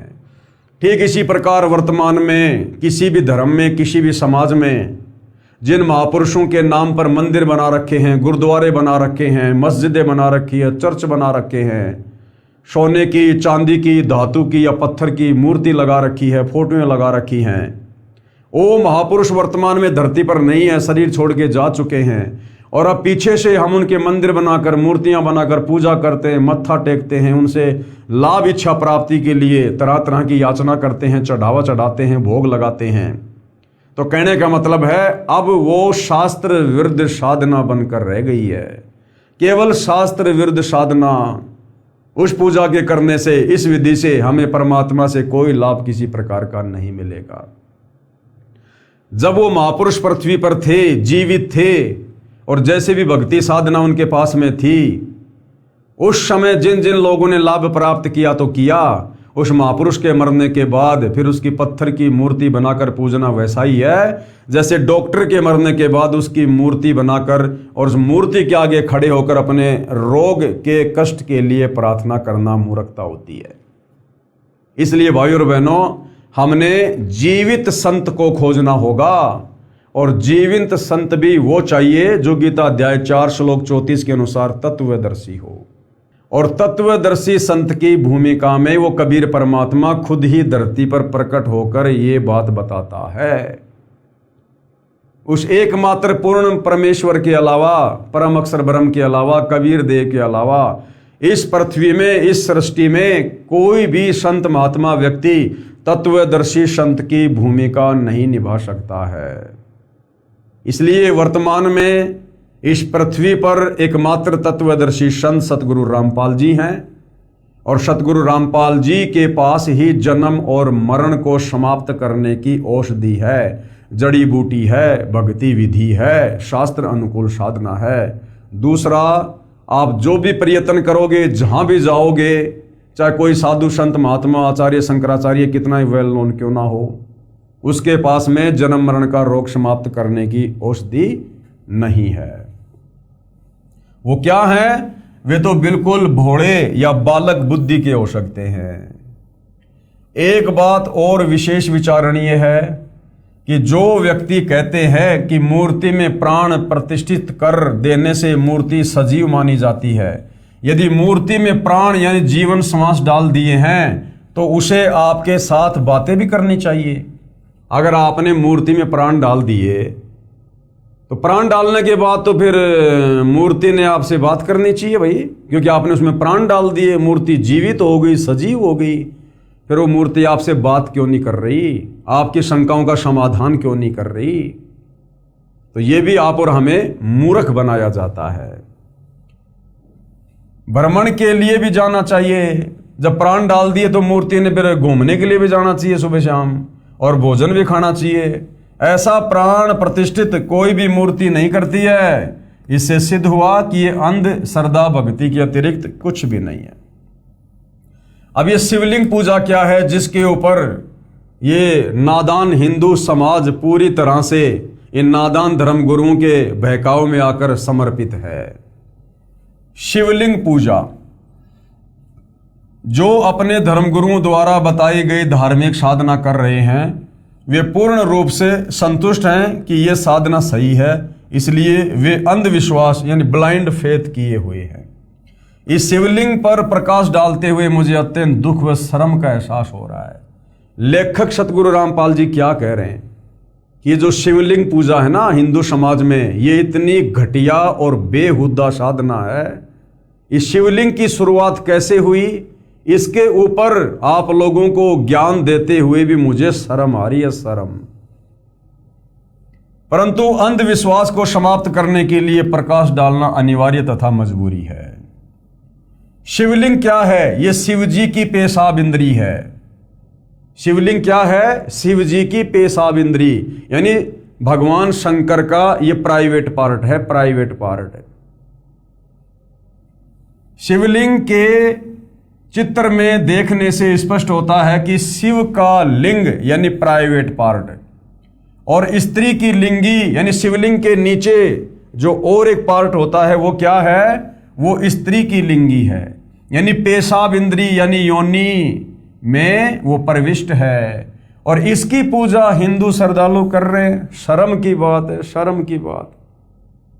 अब शिवलिंग की पूजा कैसे प्रारंभ हुई, आपको धर्मशास्त्रों से भी पहले इसी पवित्र पुस्तक से प्रमाणित कर दिया गया है। शिवलिंग की पूजा कैसे प्रारंभ हुई। शिव महापुराण जो वेंकटेश्वर प्रेस मुंबई से छपी तथा जिसके प्रकाशक है खेमराज श्री कृष्णदास प्रकाशन बंबई, हिंदी टीकाकार अनुवादक हैं विद्यावारिधि पंडित ज्वाला प्रसाद जी मिश्र, भाग 1 में विधवेश्वर संहिता अध्याय 5 पृष्ठ 11 पर नंदीकेश्वर यानी शिव के वाहन ने बताया कि शिवलिंग की पूजा कैसे प्रारंभ हुई। अब सतगुरु रामपाल जी के ऊपर दोषारोपण मत करना कि ये शिवलिंग क्या है, शिवलिंग की पूजा कैसे शुरू हुई, ये शास्त्रों के विरुद्ध है या शास्त्रों के अनुसार है। हमारे ही धर्म ग्रंथ में श्री शिव महापुराण में लिखा हुआ है। और भगवान शंकर के वाहन नांदिया बैल जिनको नंदीकेश्वर कहते हैं वो खुद बता रहे हैं। विधवेश्वर संहिता अध्याय 5 श्लोक 27 और 30, पूर्व काल में यानी बहुत समय पहले जो पहला कल्प जो लोक में विख्यात है, उस समय महात्मा ब्रह्मा और विष्णु का परस्पर युद्ध हुआ। नंदीकेश्वर क्या कह रहे हैं कि पूर्व काल में एक बार भगवान विष्णु और भगवान ब्रह्मा जी का यानी इन दोनों भगवानों का, दोनों देवताओं का आपस में झगड़ा हो गया, युद्ध हो गया इनका। उनके मान को दूर करने को उनके बीच में उन निष्कल परमात्मा ने यानी काल ने, ज्योति निरंजन ने स्तंभ रूप अपना स्वरूप दिखाया। वो किस बात को लेकर लड़ रहे थे। ब्रह्मा जी बोला मैं तेरा बाप यानी मैं सारी सृष्टि का मालिक स्वामी। विष्णु जी बोला कि मैं तेरा बाप, मैं हूं सारी सृष्टि का मालिक। इस बात को लेकर दोनों में झगड़ा हो गया भयंकर। उधर से काल ने, ब्रह्म ने, ज्योति निरंजन ने देखा कि अगर मेरे बेटे आपस में लड़ेंगे तो मेरे भोजन का क्या होगा, क्योंकि उसको प्रतिदिन 1 लाख मानव शरीरधारी आत्माओं के सूक्ष्म शरीर से निकली वासना खाने का श्राप लगा हुआ है। उसने सोचा अगर मेरे बेटे आपस में लड़ेंगे तो प्रतिदिन फिर मैं 1 लाख प्राणी कहां से खाऊंगा। और उनको अहंकार हो गया था दोनों को कि मैं भगवान, मैं भगवान। तो उनके अहंकार को भी दूर करना था कि ब्रह्मा और विष्णु तुम भगवान नहीं हो। उस काल ने क्या किया, वो खुद तो अपने ओरिजिनल काल रूप में आता नहीं है क्योंकि उसको श्राप लगा हुआ है। उसने सौगंध खा रखी है कि मैं अपने वास्तविक काल रूप में किसी को दर्शन नहीं दूंगा। तो उसने क्या किया, उन दोनों के बीच में एक लंबा चौड़ा एक खंबा प्रकट कर दिया, स्तंभ, तेजों में नूर निकल रहा, रोशनी निकल रही, उससे उन दोनों के बीच में खड़ा कर दिया। अब वो दोनों लड़ाई झगड़ा तो भूल गए और उसके और छोर की ओर देखने लगे। एक तो नीचे चला गया, एक ऊपर चला गया। थक हार के दोनों वापस आ गए कि हमें तो इसका कोई और छोर ही दिखाई नहीं दे रहा। उसके बाद वहां पर ये काल प्रकट हो जाता, फिर अपने तीसरे पुत्र शंकर का रूप बनाकर, क्योंकि खुद के रूप में तो ये आ नहीं सकता, अपने तीसरे बेटे शंकर का रूप बनाकर फिर वहां प्रकट हो गया और अपनी पत्नी दुर्गा को पार्वती रूप बनाकर अपने साथ में लेके खड़ा हो गया। और क्या कुछ कहा। उस समय महात्मा ब्रह्मा और विष्णु का आपस में युद्ध हुआ। उनके अभिमान को दूर करने को कि मैं भगवान, मैं भगवान, उनके इस अभिमान को दूर करने को उनके बीच में उन निष्कल परमात्मा ने, कौन है ये निष्कल परमात्मा, ये काल ज्योति निरंजन, स्तंभ रूप अपना स्वरूप दिखाया। तब जगत के हित की इच्छा से निर्गुण शिव ने यानी उस काल ने उस तेजोमय स्तंभ से अपने लिंग आकार का स्वरूप दिखाया। उसके बाद उस खंबे को इस काल ने अपने प्राइवेट पार्ट, अपने लिंग के रूप में खड़ा कर दिया, बना दिया। तब जगत के हित की इच्छा से निर्गुण शिव ने उस तेजोमय स्तंभ से अपने लिंग आकार का स्वरूप दिखाया। उसी दिन से लोक में वह निष्कल शिव जी का लिंग विख्यात हुआ। अब जिसको शिवलिंग कहते हैं ना, वो इस त्रिलोकीय शिव जी का प्राइवेट पार्ट नहीं है। वो काल, ये ब्रह्मा विष्णु महेश का पिता जो अपने पुत्रों का रूप बनाकर दर्शन देता रहता है, ये उसकी चालबाजी है, उसका षड्यंत्र है। आप और हमें शास्त्र अनुकूल साधना से नीचे गिराने के लिए, पाखंड फैलाने के लिए, क्योंकि वो नहीं चाहता कि कोई भी प्राणी शास्त्रों के अनुसार साधना करके मेरे 21 ब्रह्मांड से बाहर निकल जाए, मोक्ष करवा ले, क्योंकि आप और हम सब उसका भोजन हैं और अपने भोजन को अपने अधिकार क्षेत्र से बाहर कौन निकलने देगा। विद्वेश्वर संहिता पेज नंबर 18 अध्याय 9 श्लोक 40 और 43 है। इससे मैं अज्ञात स्वरूप हूं। काल क्या बोला? इससे मैं अज्ञात स्वरूप हूं, पीछे तुम्हें दर्शन के निमित्त साक्षात ईश्वर, तक्षण ही मैं सगुण रूप हुआ हूं। मेरे ईश्वर रूप को शकल तो जानो, और ये निष्कल स्तंभ ब्रह्म का बोधक है, यानी काल का ये बोधक है। लिंग लक्षण होने से ये मेरा लिंग स्वरूप निर्गुण होगा। इस कारण हे पुत्रो, ब्रह्मा और विष्णु को क्या कह रहा है? हे पुत्रो, यानी वो कौन है? काल ब्रह्म, ज्योति निरंजन ब्रह्मा विष्णु महेश का वो पिता है। इसलिए कह रहा कि हे बेटो, तुम नित्य इसकी अर्चना करना, इस मेरे प्राइवेट पार्ट की, इस लिंग की तुम पूजा करना। अब विचार करने की बात है भाई और बहनों, जब ब्रह्मा विष्णु महेश भी शिवलिंग की पूजा में अटके हुए हैं, काल साधना में अटके हुए हैं, ब्रह्मा जी पढ़ते हैं वेदों को और पूजा करते हैं शिवलिंग की। क्या वेदों में और गीता में कहीं लिंग पूजना लिखा है कहीं? तो सोचिए, जब ब्रह्मा विष्णु महेश को शास्त्रों का ज्ञान नहीं, गीता का ज्ञान नहीं, पुराणों का ज्ञान नहीं, वेदों का ज्ञान नहीं, कंप्लीट अध्यात्म का ज्ञान नहीं है, तो विचार करो भाई और बहनों, ये नीचे के ये सतयुग त्रेता द्वापर के साधु संत महात्मा, इनको कहां से ज्ञान होगा? शास्त्र अनुकूल साधना का ज्ञान होगा। और जब उनको ज्ञान नहीं, तो ये वर्तमान वाले धर्म गुरु, ये तो वैसे ठग हैं, ठग। इनका तो कोई आचार विचार ही नहीं है, तो इनके पास में शास्त्र अनुकूल साधना कहां से होगी? इसलिए शास्त्र अनुकूल साधना देकर आत्मा का कल्याण करवाने के लिए वो कबीर परमेश्वर, वो परम अक्षर ब्रह्म सतलोक से चलकर गति करके इस पृथ्वी पर तत्वदर्शी संत के रूप में प्रकट होते हैं। इस कारण हे पुत्रो, तुम नित्य इसकी अर्चना करना। ये सदा मेरी आत्मा रूप है और मेरी निकटता का कारण है। लिंग और लिंगी के अभेद से ये महत्व नित्य पूजनीय है। और ये देखिए अपनी आंखों से पेश है शिव पुराण के विद्वेश्वर संहिता के अध्याय 5 श्लोक 27-30 व अध्याय 9 श्लोक 40 व 43 की फोटो कॉपी। ये आपको 2-3 बार दिखा दी गई है। आपको ऊपर भी सब कुछ ये बताया गया है। देखो क्या लिखा है, हे योगेंद्र, मैं उस लिंग विभ्रिक का लक्षण सुनता हूं। नंदिकेश्वर बोले, हे वत्स सुनो, मैं तुम्हारी प्रीति से कहता हूं, पूर्व काल में जो पहला जो कल्प था लोकों में विख्यात है, उस समय महात्मा ब्रह्मा और विष्णु का आपस में युद्ध हुआ। उनके मान दूर करने को उनके बीच में उस निष्कल परमात्मा ने स्तंभ रूप अपना स्वरूप दिखाया।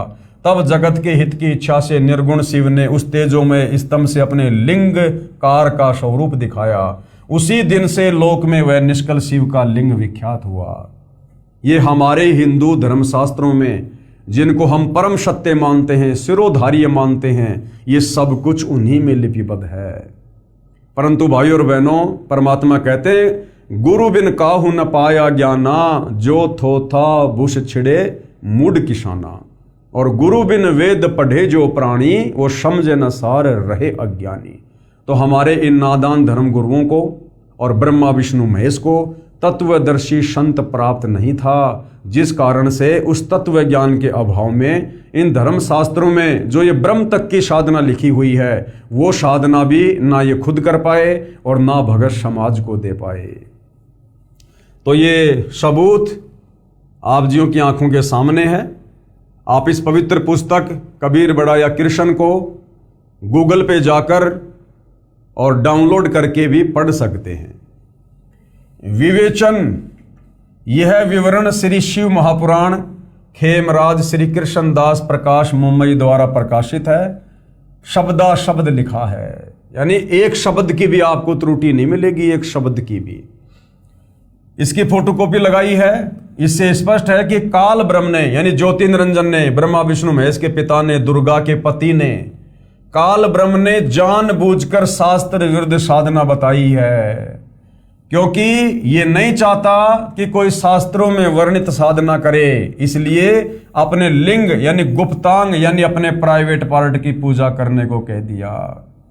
पहले तो तेजोमय स्तंभ ब्रह्मा तथा विष्णु के बीच में खड़ा कर दिया, फिर शिव रूप में प्रकट होकर फिर इसने क्या किया, अपने पुत्र शिव के रूप में प्रकट होकर उन दोनों को दर्शन दिए, क्योंकि ये अपने ओरिजिनल काल रूप में ब्रह्म रूप में प्रकट नहीं हो सकता, क्योंकि इसका चेहरा बहुत ज्यादा भयानक है, डरावना है। पूर्ण परमात्मा कबीर जी की तरफ से आपने सृष्टि रचना पढ़ी, इसको श्राप लगा हुआ है। इसलिए इस डर से कि कहीं मेरे ओरिजिनल स्वरूप के किसी ने दर्शन कर लिए और मेरी सत्यता का पता चल गया कि मुझे काल रूप क्यों मिला हुआ है, तो फिर मेरी जगत में कोई पूजा नहीं करेगा और मेरे तीनों पुत्र ब्रह्मा विष्णु महेश भी फिर मेरे लिए ये कार्य करना बंद कर देंगे। इस भय से वो अपने ओरिजिनल रूप में किसी को दर्शन नहीं देता। तो जब ब्रह्मा और विष्णु का युद्ध हो रहा था तो मौके का फायदा उठाकर अपने तीसरे पुत्र शंकर का रूप बनाकर वहां पर प्रकट हो गया। फिर शिव रूप में प्रकट होकर और अपनी पत्नी दुर्गा को पार्वती रूप में प्रकट कर दिया और उस तेजोमय स्तंभ को गुप्त कर दिया और अपने लिंग यानी गुप्तांग के आकार की पत्थर की मूर्ति प्रकट की तथा स्त्री के प्राइवेट पार्ट गुप्तांग लिंगी की पत्थर की मूर्ति प्रकट की। उस पत्थर के लिंग को लिंगी यानी स्त्री की योनि में प्रवेश करके, अब देखो कितनी घटिया और बेशर्म साधना है ये।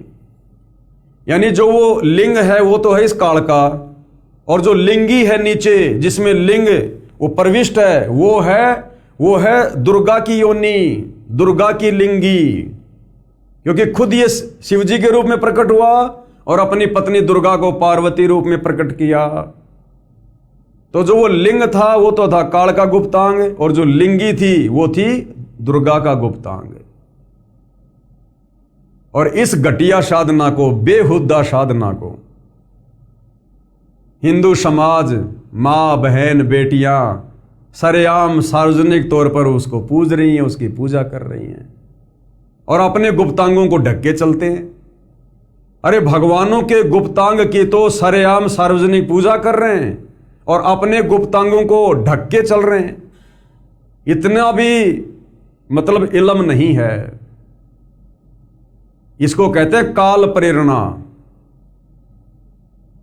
इसलिए पूर्ण ब्रह्म परमात्मा कबीर देव स्वयं सच्चे संत की, सच्चे गुरु की, पूर्ण संत की, जगत गुरु की, तत्वदर्शी संत की भूमिका करके आप और हमें ये सारा भेद बताते हैं, समझाते हैं कि नादानो तुम क्या पाखंड पूजा कर रहे हो। इस काल ने तुम्हारे को ऐसे ही भक्ति साधना के नाम पर युगों युगों से, जब से तुम सतलोक से बिछुड़ कर आए हो, तुम्हारे को ऐसे ही उलझा रखा है, क्योंकि ये किसी को भी शास्त्र अनुकूल सत साधना नहीं करने देता। अगर शास्त्र अनुकूल सत साधना करके कोई इसके 21 ब्रह्मांडों से बाहर निकल गया तो समझो इसका भोजन निकल गया। और भाई जो किसान होता है ना, अपनी बोरी में से अगर 2 दाने भी गेहूं के नीचे गिर जाएं तुरंत उठा के अंदर डालता है। तो ये काल बली, ये ज्योति निरंजन ब्रह्मा विष्णु महेश का पिता, जिसको श्राप लगा हुआ है प्रतिदिन 1 लाख मानव शरीरधारी आत्माओं के सूक्ष्म शरीर से निकली गंध वासना को खाने का, तो ये इसका भोजन है, ये इसका भोजन है। जैसे हमारा ये स्थूल शरीर है और हमारे स्थूल शरीर से जो मल बाहर निकलता है जिसको हम विष्टा कहते हैं, लैट्रिन कहते हैं, इसी प्रकार सूक्ष्म शरीर से बाहर जो वस्तु निकलती है वो सूक्ष्म शरीर का मल है, सूक्ष्म शरीर का लैट्रिन है, टट्टी है, जिसको ये तपतशिला पर भून भून के निकाल के खाता है। इसको इतना भयंकर श्राप लगा हुआ है। उस कर्म दंड की सजा भोग रहा है जो इसने सतलोक में गलती की थी। अपनी बहन के ऊपर इसने कुदृष्टि डाली थी विषय वासनाओं से रत होकर। ये इसको श्राप लगा हुआ है जिसकी सजा ये भोग रहा है। इसलिए ये किसी भी जीव आत्मा को शास्त्र अनुकूल साधना पर नहीं लगने देता है, और यदि कोई लग जाता है तो हर संभव किसी के भी माध्यम से उनके मन में शंका पैदा करवाकर उनको भक्ति पद और मर्यादाओं से नीचे गिराता है। तो भाइयों और बहनों, ये तो स्वयं पूर्ण ब्रह्म परमेश्वर कबीर साहिब आते हैं और वो अपने विशेष आशीर्वाद से अपनी छत्र छाया के नीचे अपने आत्माओं को ये सत ज्ञान देकर भक्ति करवाते हैं। अन्यथा इस काल के लोक में तो कोई वेदों के अनुसार साधना भी नहीं कर सकता। पांचवें वेद सूक्ष्म वेद के अनुसार साधना करना और फिर तत्वदर्शी संत की मर्यादाओं में रहना, जो मर्यादा इस काल के लोक के विधान के विपरीत हैं, बुराइयों से बचने वाली वो बातें हैं, वो नियम हैं। इस काल बलि को कैसे रास आएगा? ये हर संभव कोशिश करता है, लेकिन वो पूर्ण ब्रह्म परमेश्वर कबीर साहेब जो तत्वदर्शी संत की भूमिका करते हैं, उसके आगे इस काल बलि का जोर नहीं चलता। इसलिए हम भगत भाई बहन वर्तमान में ये सत साधना कर रहे हैं, अन्यथा ये यहां पर किसी की भी साधना को परिपूर्ण नहीं होने देता। तो कैसी घटिया और बेशरम बेहुदा शिवलिंग की साधना आज वर्तमान में हिंदू समाज अपने धर्मशास्त्रों से अपरिचित होने के कारण और अपने धर्मगुरुओं के द्वारा भ्रमित होकर कर रहा है। उस पत्थर के लिंग को लिंगी यानी स्त्री की योनि में प्रवेश करके ब्रह्मा तथा विष्णु से कहा कि ये लिंग तथा लिंगी अभेद रूप है, यानी इन दोनों को ऐसे ही रखकर नित्य पूजा करना। तो बताइए भाई और बहनों, ब्रह्मा विष्णु महेश को भी सत साधना का नहीं पता, ये भी शिवलिंग की पूजा करते हैं, पाखंड पूजा। इसके पश्चात ये बेशरम पूजा सब हिंदुओं में देखा देखी चल रही है। आप मंदिर में शिवलिंग को देखना, उसके चारों ओर स्त्री इंद्री का चित्र है जिसमें शिवलिंग प्रविष्ट दिखाई देता है। ये पूजा काल ब्रह्म ने प्रचलित करके मानव समाज को दिशाहीन कर दिया, वेदों तथा गीता के विपरीत साधना बता दी। आप जिन्हें ऊपर शिव पुराण भाग 1 में विद्वेश्वर संहिता के पेज नंबर 11 पर अध्याय 5 श्लोक 27 और 30 में पढ़ा कि शिव ने जो तेजों में स्तंभ खड़ा किया था, फिर उस स्तंभ को गुप्त करके पत्थर को अपने लिंग यानी गुप्तांग का आकार दे दिया और बोला कि इसकी पूजा किया करो। इस तरह की बकवाद तो शरारती बच्चा जो पुराने समय में पशु चराता था वह पाड़ी किया करता था, जो वाद विवाद में अन्य बालकों से कहता था कि ये ले मेरे इस गुप्तांग की धोख मार ले। यही दशा शिवलिंग की पूजा बताने वाले काल ब्रह्म यानी सदाशिव की है, जो ब्रह्मा विष्णु तथा शिव जी के पूज्य पिताजी है और अपने प्राइवेट पार्ट यानी लिंग की धोख मरवा रहे हैं। धोख भाई और बहनों, कितने अच्छे से पूज्य गुरुदेव भगवान ने शास्त्रों का हवाला देकर हमें समझा दिया। अरे हम मनुष्य हैं, परमात्मा ने हमें अपने स्वरूप में नवाजा है, हमें 184 योनियों के प्राणियों से भिन्न ये बुद्धि प्रदान की है। हम सोच सकते हैं, विचार कर सकते हैं, चिंतन मनन कर सकते हैं, सही गलत का निर्णय कर सकते हैं, शास्त्रों को पढ़कर समझ सकते हैं। लेकिन हम क्या कर रहे हैं? ये शिवलिंग पूजा, पाखंड पूजा। और किस लिए? इन धर्म शास्त्रों की जानकारी ना होने के कारण, क्योंकि धर्म शास्त्रों को पढ़ने और पढ़कर ज्ञान बताने का ठेका हमने धर्म गुरुओं को दे रखा है और धर्म गुरुओं के पास में तत्व ज्ञान नहीं है, जिस कारण से ये निष्कर्ष नहीं निकाल पाए कि ये हमारे पवित्र सदग्रंथ हमें कौन सी साधना करने के लिए और कौन सी साधना को त्यागने के लिए कह रहे हैं। और हमने आंख बंद करके नादान धर्मगुरुओं पर विश्वास कर लिया कि भैया ये तो बहुत बड़े विद्वान हैं, संस्कृत के प्रकांड ज्ञाता हैं, ये तो बचपन से संस्कृत पढ़ रहे हैं, नालंदा से पढ़ के आए हैं, हमें इनसे ज्यादा ज्ञान कहां हो सकता है। आज सतगुरु रामपाल जी की शरण में जो भगत भाई बहन हैं, उन भगत भाई बहनों को इन नादान धर्म गुरुओं से ज्यादा तो छोड़ो, ब्रह्मा विष्णु महेश से भी ऊपर का ज्ञान है। ऊपर का ज्ञान भक्ति साधना का इन्हीं धर्मशास्त्रों का, क्योंकि तत्वदर्शी संत की शरण में आने के बाद ये ज्ञान वाली आंखें खुल जाती हैं। बुद्धि के बंद दरवाजे जो काल ने बंद कर रखे होते हैं, उनके ताले टूट जाते हैं और हम इस तत्व ज्ञान की रोशनी में सब कुछ देख लेते हैं। चेतावनी क्या कहा जा रहा है आगे? वक्त है, अब भी समझ जाओ, नहीं तो मानव जीवन का अवसर हाथ से जाने के पश्चात रोने के अतिरिक्त कुछ नहीं रहेगा। अगर एक बार ये मनुष्य जन्म छूट गया, हाथ से निकल गया, और ये कब छूट जाए इसका कोई निर्धारित समय भी नहीं है। कब किसी बीमारी से मर जाए, रोग से मर जाए, एक्सीडेंट में मर जाए, हार्ट अटैक आ जाए, यात्रा करते समय दुर्घटना में मर जाए, कोई भरोसा नहीं है। यदि इस मनुष्य शरीर के रहते रहते तत्वदर्शी संत से उपदेश लेकर साधना कर ली तो भैया कुछ प्राप्त कर लोगे। अन्यथा एक बार यदि ये शरीर हाथ से निकल गया, उसके बाद ये बार बार मनुष्य जन्म नहीं मिलता। ये बार बार तुम्हें मौज मस्ती करने के लिए ये अनमोल शरीर नहीं मिलेगा। फिर पाछे तू पशुआ कीजिए गद्दा बैल बनाई, और ये 56 भोग कहाँ मन बोरे, कित कुरड़ी चरने जाई। फिर अगले जन्म में गधा बना दिया जाएगा, कुत्ता, सूअर, बैल, भैंस, मक्खी, मच्छर, लोमड़ी।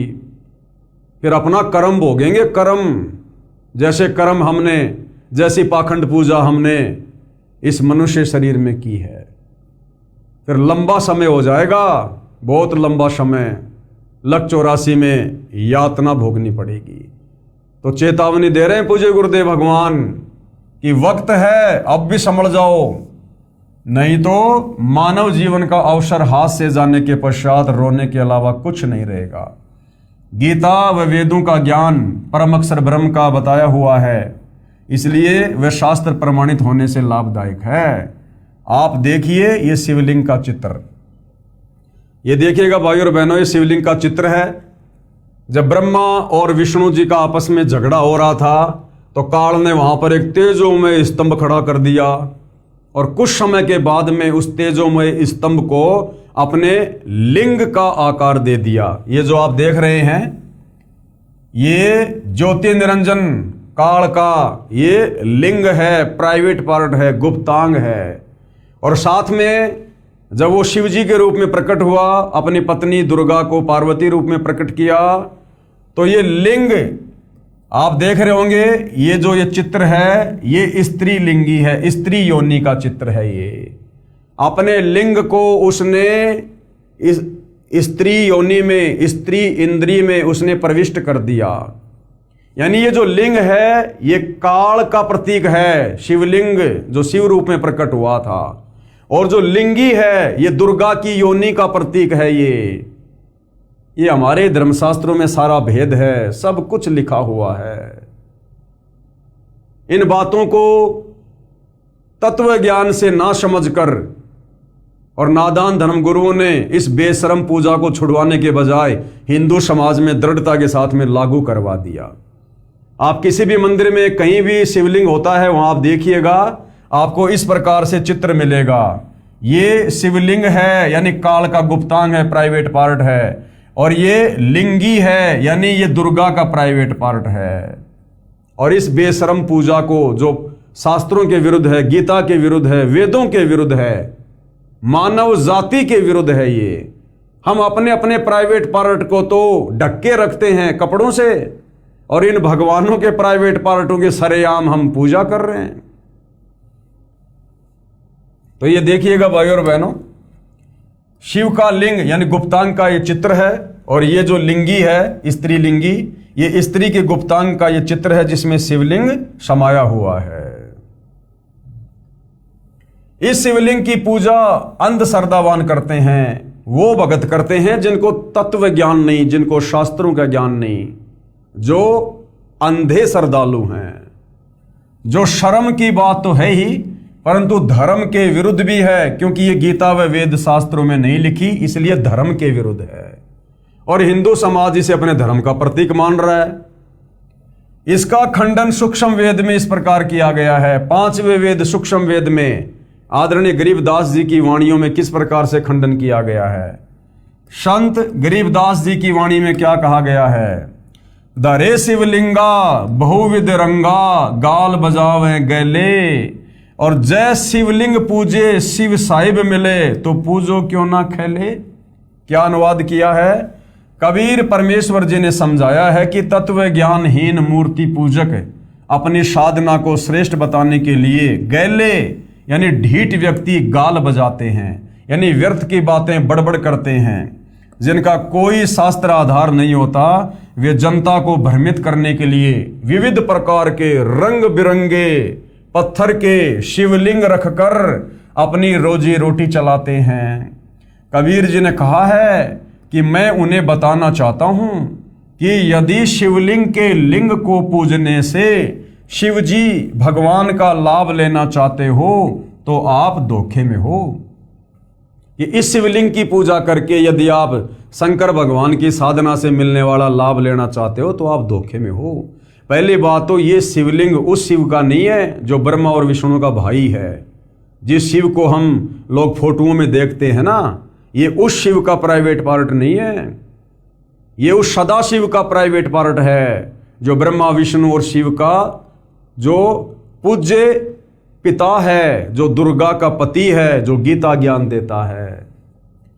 यदि ऐसी बेशर्म साधना करनी है तो खागड़ यानी ओक्ष बैल होता है, बैल के लिंग की पूजा कर लो। क्योंकि जिस समय ये अमृतवाणी बोली गई थी उस समय भैंस कम और गाय ज्यादा होती थी, तो गायों को नए दूध करने के लिए जो है वो खागड़ की आवश्यकता पड़ती थी। और खेतों में भी पहले 300 साल पहले ट्रैक्टर वगैरह नहीं थे, तो हल जोतना, गाड़ी से सामान लाना ले जाना, ये भी जो है वो बैलों से होता था, बैलों से। तो परमेश्वर कह रहे हैं अगर ऐसी बेशर्म साधना ही तुमने करनी है शिवलिंग की, तो इस पत्थर की पूजा करने से अच्छा तो किसी खागड़ के लिंग की पूजा कर लो, यानी बैल के लिंग की पूजा करो, जिससे गाय को गर्भ होता है, उससे फिर अमृत दूध मिलता है, और हल जोतने के लिए बैल व दूध पीने के लिए गाय उत्पन्न होती है, जो प्रत्यक्ष लाभ दिखाई देता है। इस शिवलिंग की पूजा से बढ़िया तो किसी खागड़ की पूजा कर लो।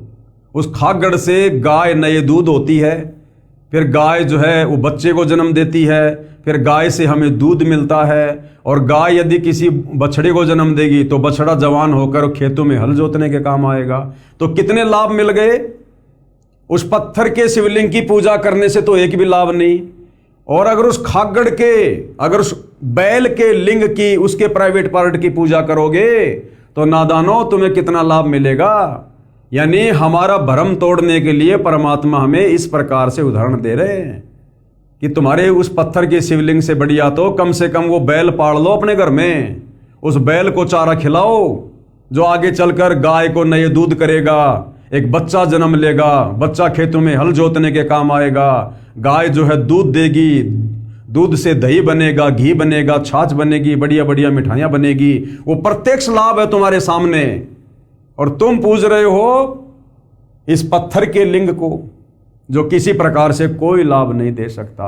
अर्थात अपने प्यारे बच्चों को परमात्मा समझाने के लिए थोड़ा इस प्रकार का यह कठोर उदाहरण देकर समझा रहे हैं।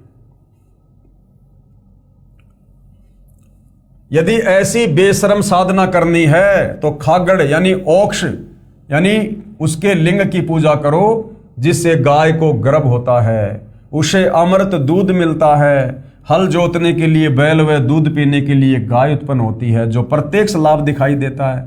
आपको पता है कि खागड़ के लिंग से कितना लाभ मिलता है, फिर भी उसकी पूजा नहीं कर सकते क्योंकि यह बेशर्म कार्य है।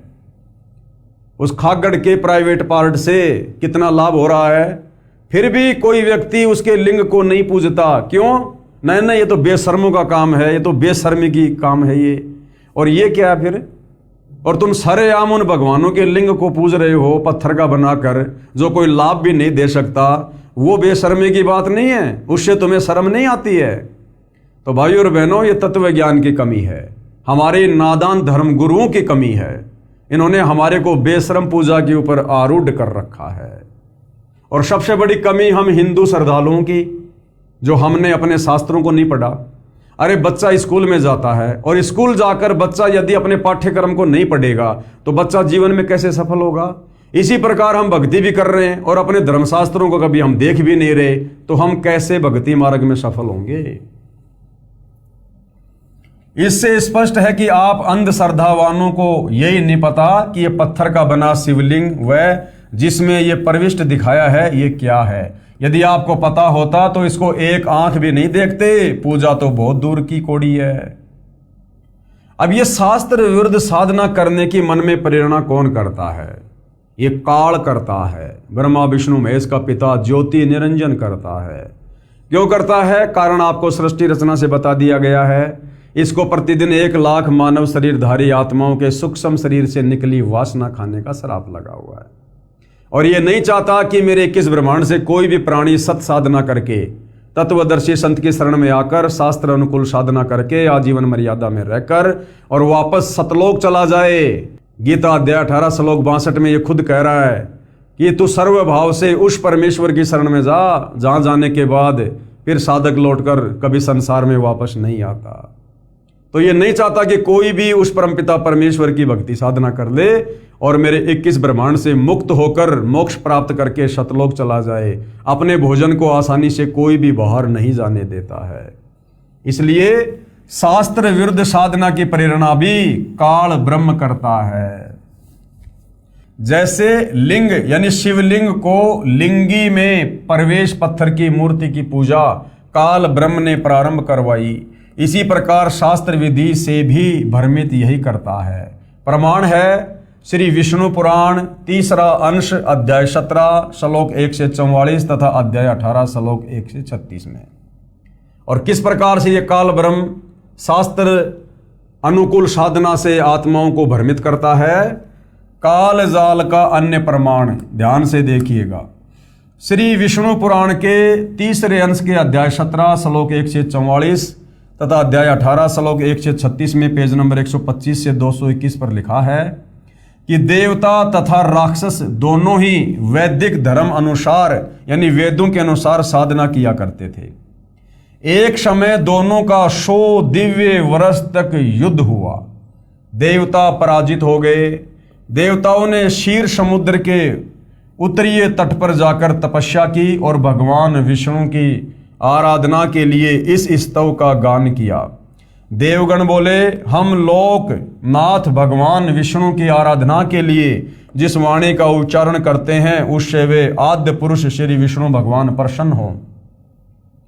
अध्याय 17 मंत्र 11 उस ब्रह्म स्वरूप को जो निराकार है, उस ब्रह्म स्वरूप को नमस्कार है, यानी उस काल को नमस्कार है।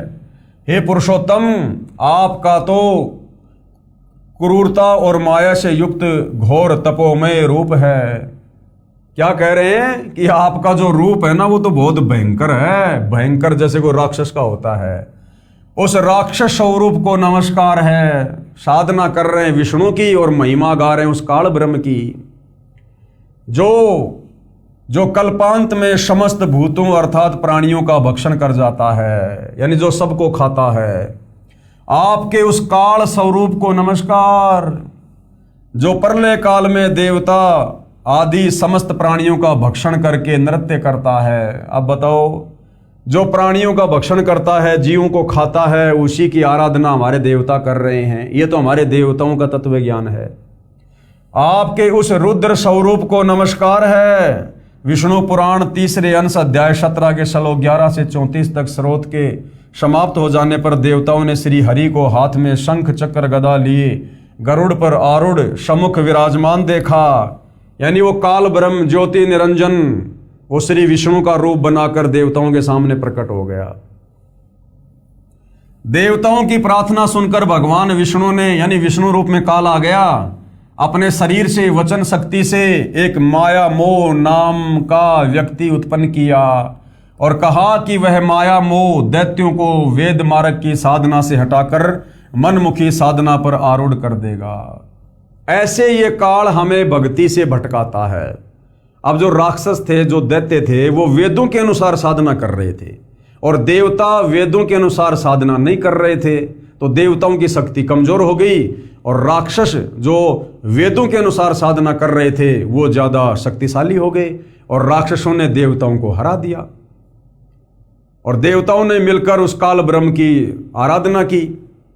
विष्णु रूप में काल प्रकट हो गया और काल ने क्या कहा कि मैंने ये माया मोह नाम का एक व्यक्ति उत्पन्न कर दिया है और ये व्यक्ति वेदों के अनुसार साधना कर रहे उन राक्षसों को भटका देगा, उनसे मनमुखी साधना शुरू करवा देगा, लोभ लालच देकर जैसे भी है।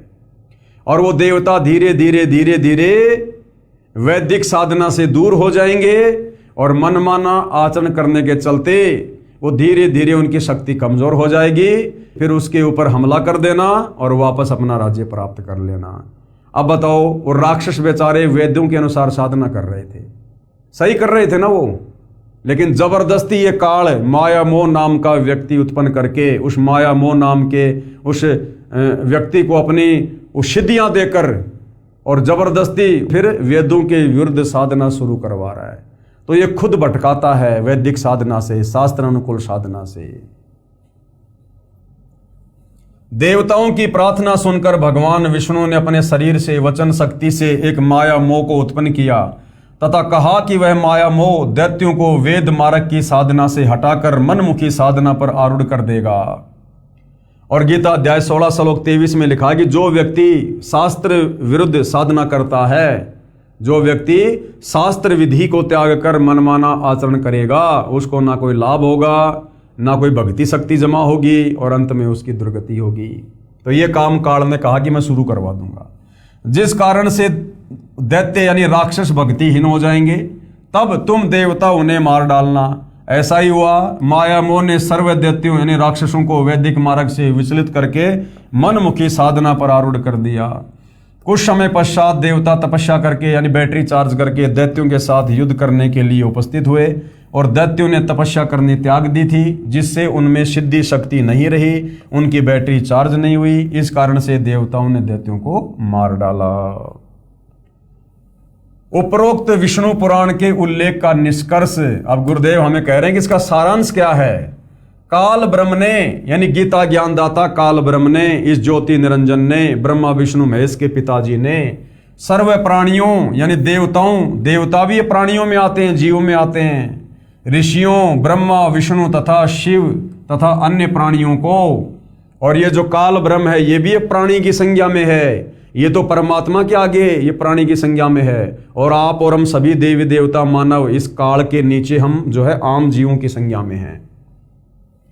काल ब्रह्म ने कहा कि सब प्राणियों यानी देवताओं, ऋषियों, ब्रह्मा विष्णु तथा शिव तथा अन्य प्राणियों को भ्रमित किया हुआ है।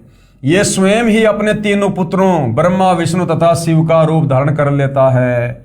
उपरोक्त स्तोत्र में देवताओं ने श्री विष्णु की स्तुति करनी चाहिए, कर रहे हैं काल ब्रह्म की। वह काल ब्रह्म ही विष्णु रूप धारण करके गरुड़ पर बैठकर आश्वासन दे गया। अपने वचन से एक व्यक्ति उत्पन्न करके माया मोह नाम रखकर राक्षसों के पास भेज दिया। जो दैत्यगण तपस्या अर्थात हठ योग किया करते थे, उनमें सिद्धियां प्राप्त हो जाया करती थी। माया मोह ने वह साधना भी छुड़वा दी कि भैया मैं तुम्हारे को सीधा साधा तरीका बताता हूँ, क्यों एक पैर पे खड़े रहते हो, इतने दुखी होते हो, मेरे पास बहुत अच्छी सी साधना है, मैं तुम्हें सीधा साधा तरीका बता देता हूँ। और ही पाखंड पूजा में लगा दिया। और देवताओं ने, क्योंकि वो पहले से सिद्धि युक्त करके भेजा गया था काल के द्वारा, तो उसके प्रभाव में उनको आना ही आना था। जैसे मिर्ची में कोई गुण डाल दिया गया है, मिर्ची तीखी होती है, तो मिर्ची को खाओगे तो अंदर तीखापन लगेगा ही लगेगा। तो माया मोह को काल ब्रह्म ने सिद्धि युक्त करके भेजा था, जिस कारण से उसका प्रभाव उन दैत्यों पर होना ही होना था। माया मोह ने वह साधना छुड़वा दी जिससे राक्षस गण सिद्धियों से रहित हो गए। देवता गण भी पहले दैत्यों से युद्ध करने के कारण सिद्धियां समाप्त कर चुके थे तथा हार कर जान बचाकर चले गए थे। फिर तपस्या की तथा सिद्धियां प्राप्त करके असुरों से युद्ध किया तथा विजय पाई। अब बताओ भाई और बहनों, हम इन देवताओं के लोक में जाके क्या करेंगे। गीता अध्याय 9 श्लोक 25 में कहा कि देवताओं को पूजने वाले देवताओं के लोक में जाएंगे। अब बताओ हम क्या करेंगे इन देवताओं के लोक में जाके। वहां जाकर भी हमने वही लड़ाई झगड़ा करना, वही हमने युद्ध करना। हार गए तो जंगलों में धक्के खाओ, जीत गए तो अपने कर्म बिगाड़ो उल्टे काम करके, बाकी तपस्या करते रहो। वही काम हम यहाँ पर कर रहे हैं। तो क्या फायदा इन देवताओं के लोक में जाने का, और कितने दिन रहेंगे वहां पर। वहां कोई परमानेंट तो है नहीं जगह। जब हमारी बैटरी डिस्चार्ज हो जाएगी, जो हम पृथ्वी लोक पर भक्ति करते हैं, दान पुण्य करते हैं, जब वो बैटरी डिस्चार्ज हो जाएगी, हमारे को फिर नीचे पटक दिया जाएगा गधे कुत्ते की योनि में। इसलिए हमने तत्वदर्शी संत के बताए अनुसार पूर्ण ब्रह्म परमेश्वर तत्ब्रह्म कबीर देव की पूजा करनी है और अपनी आत्मा का पूर्णतया यहाँ से कल्याण करवाना है। जब देवता गण राक्षसों से हारे थे, उस समय दैत्य भी वही साधना तपस्या अर्थात हठ योग किया करते थे जो देवता करते थे। इससे सिद्ध हुआ कि भक्ति करने से भी देवता दैत्यों से रद्दी यानी पिछड़े हुए थे, क्योंकि राक्षस वही साधना करके देवताओं पर विजय पाए थे जो देवता गण किया करते थे। यानी हमारे देवता भी भक्ति के मामले में राक्षसों से कमजोर हैं। अरे जो साधना देवता करते थे वेदों के अनुसार, वो साधना राक्षस किया करते थे, लेकिन राक्षस तन मन से किया करते थे, पूरे भाव और लगन से किया करते थे, जिस कारण से वो ब्रह्मा विष्णु महेश को प्रसन्न कर लिया करते थे, मन वांछित वरदान प्राप्त कर लिया करते थे और देवताओं को हरा दिया करते थे। तो कहने का मतलब है देवता भी वही साधना करते थे, राक्षस भी वही करते थे। फिर देवता क्यों हार जाते थे? इसका मतलब ये हमारे देवता भक्ति के मामले में भी राक्षसों से कमजोर हैं, कमजोर। वास्तव में शास्त्र विधि अनुसार साधना ना देवता करते थे और ना राक्षस। केवल काल द्वारा बताई गई तपस्या जो ब्रह्मा को जन्म के समय आकाशवाणी द्वारा काल ब्रह्म द्वारा कमल के फूल पर बताई थी, उस तपस्या अर्थात हठ योग को दोनों किया करते थे और दोनों ही सिद्धियां प्राप्त करते थे। जैसे शराब को देवता पिए चाहे राक्षस, दोनों को ही सरूर होगा। सिद्धियां प्राप्त होने पर प्राणी को अभिमान का नशा हो जाता है, फिर आपस में एक दूसरे पर सिद्धियों का प्रयोग करके स्वयं के जीवन को नष्ट कर जाते हैं। अब देख लो भाई और बहनों, यहाँ कोई गांव का छोटा सा कोई सरपंच बन जाए, उसको भी अपने लेवल का नशा हो जाता है कि मैं सरपंच हूं, पूरे गांव का मुखिया हूं मैं। वो भी अपनी मूंछ पे ताव लगाने लग जाता है, नहीं है तो मनी मन में लगाने लग जाता है। इसी प्रकार ये जो ये तपस्वी होते हैं, देवगण होते हैं, ये बड़े बड़े सिद्ध महापुरुष होते हैं, ये तपस्या करके हठ योग करके जो सिद्धियां प्राप्त कर लेते हैं, इन सिद्धियों की प्राप्ति के बाद में नशा होना स्वाभाविक है, स्वाभाविक है। ये काल ब्रह्म का जाल है ये। फिर आपस में एक दूसरे पर सिद्धियों का प्रयोग करके स्वयं के जीवन को नष्ट कर जाते हैं। ये सर्व काल ब्रह्म द्वारा फैलाया भयंकर जाल है, जिसे तत्व ज्ञान से ही समझा जा सकता है तथा इस जाल से निकला जा सकता है। वर्तमान में कुछ पंथ हैं जो न तो देसी घी की ज्योति लगाने देते हैं, जैसे राधा स्वामी पंथ वाले। पहले हर घर में देसी घी की ज्योति लगती थी सुबह शाम, हर घर में। लेकिन जब से ये राधा स्वामी पंथ चला है, इन्होंने घर घर में देसी घी की ज्योति लगवाना, यानी जो हवन यज्ञ किया करते थे, थोड़ा बहुत जो लाभ हमें होता था, वो भी इन लोगों ने आगे चल के बंद करवा दिया। अर्थात ये भी काल का भयंकर जाल है। ये राधा स्वामी पंथ भी काल का फैलाया गया जाल है। वर्तमान में कुछ पंथ हैं जो न तो देसी घी की ज्योति लगाने देते हैं, न गीता वेद या सप्तम वेद वाणी का पाठ करने को बताते हैं, ना वास्तविक नाम जाप को देते हैं। कहते हैं संत कुछ नाम जाप करने को दे दे वही मोक्षदायक है। जैसे कोई रोगी किसी डॉक्टर के पास जाए और कंपाउंडर कहे कि भैया ये डॉक्टर जो भी दवाई दे देगा ना आंख बंद करके, बस वही तेरा पेट का दर्द ठीक कर देगी। अरे भैया, पेट के दर्द के लिए तो पेट के दर्द की दवा काम करेगी। तो राधा स्वामी पंथ वालों का कहना है कि हमारे गुरुजी जो भी मंत्र जाप करने को दे दे बस उसी से मोक्ष हो जाएगा। 2.5 घंटे सुबह तथा कम से कम 2.5 घंटे शाम को हठ योग करने को कहते हैं। ये मोक्ष मार्ग नहीं है, ये संत काल ब्रह्म द्वारा माया मोह की तरह भेजे गए हैं, जिन्होंने वह साधना भी छुड़वा दी जिससे स्वर्ग तक जाने की भक्ति तो बनती थी। जैसे प्रतिदिन गीता वेद या शमशम वेद, कबीर जी की वाणी या कबीर जी से परिचित संतों की वाणी के पाठ से ज्ञान यज्ञ का फल मिलता है तथा देसी घी की ज्योति से हवन यज्ञ का फल मिलता है।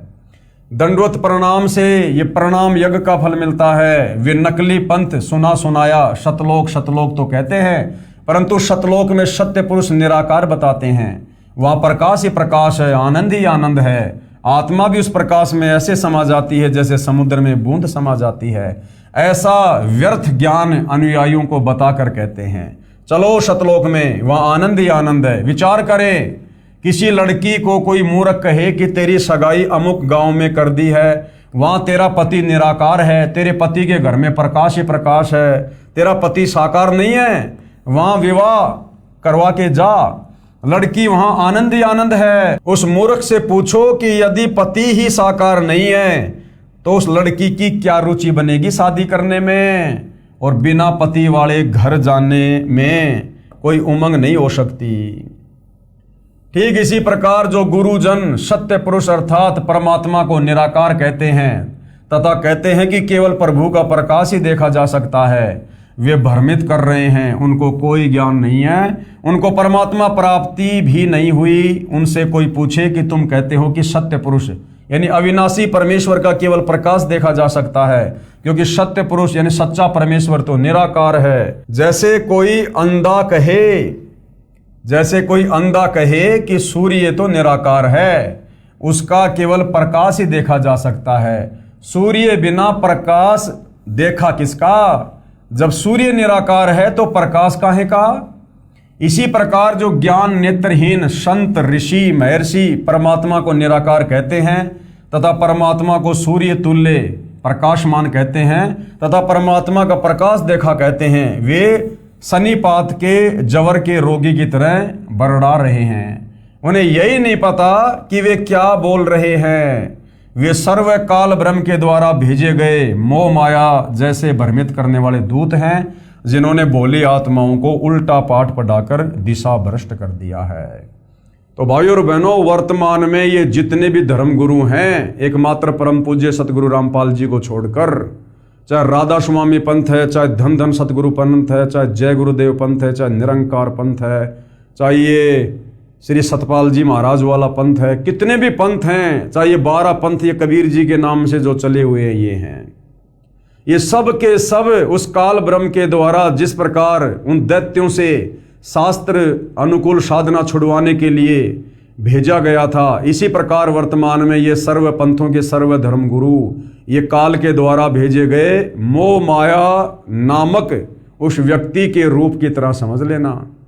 काल बलि ने केवल इस कलयुग की बिचली पीढ़ी में आप और हम आत्माओं को शास्त्र विरुद्ध साधना पर आरूढ़ करने के लिए ये सारे संत काल अपने दूत के रूप में भेजे हुए हैं। इस बात का भली भांति आकलन आपको उस समय होगा जब आप सतगुरु रामपाल जी के प्रवचन सुनेंगे, उनके द्वारा लिखी पवित्र शास्त्र प्रमाणित पुस्तकों को पढ़ेंगे। एक एक चीज को उन्होंने क्लियर किया है, एक एक चीज को।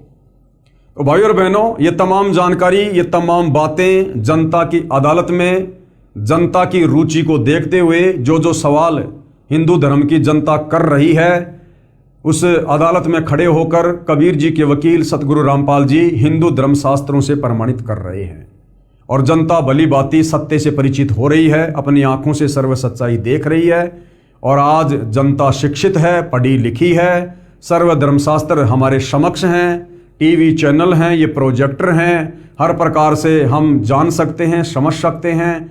तो अब आने वाले समय में भाइयों और बहनों, ये जो अंधकार फैला हुआ था शास्त्र विरुद्ध साधना का, जो माया मोह रूप में इन काल के द्वारा भेजे गए नकली पंथों के संतों ने जो फैला रखा था, अब सतगुरु रामपाल जी के तत्व ज्ञान की रोशनी के आगे ये पूरी तरह से समाप्त हो जाएगा। तो भाइयों और बहनों, जनता की अदालत में शास्त्रों को दिखा दिखाकर और शास्त्र अनुकूल साधना बताने के लिए ये बातें इसी प्रकार से जारी रहेंगी। तो आज के इस एपिसोड में हम केवल इतना ही लेंगे। कल हम जनता की अदालत में फिर उपस्थित होंगे। आगे जनता और क्या क्या सवाल करेगी अध्यात्म को लेकर, और कबीर परमेश्वर जी के वकील सतगुरु रामपाल जी किस प्रकार से हिंदू धर्मशास्त्रों को दिखाकर जनता की शंकाओं का समाधान करेंगे, ये हम अगले एपिसोड में देखेंगे। तब तक पूज्य गुरुदेव भगवान हम सबको आज्ञा दे, आशीर्वाद दे, सद्बुद्धि दे, हमारा मार्गदर्शन करे। बंदी छोड़ सतगुरु रामपाल जी परमेश्वर जी की जय हो।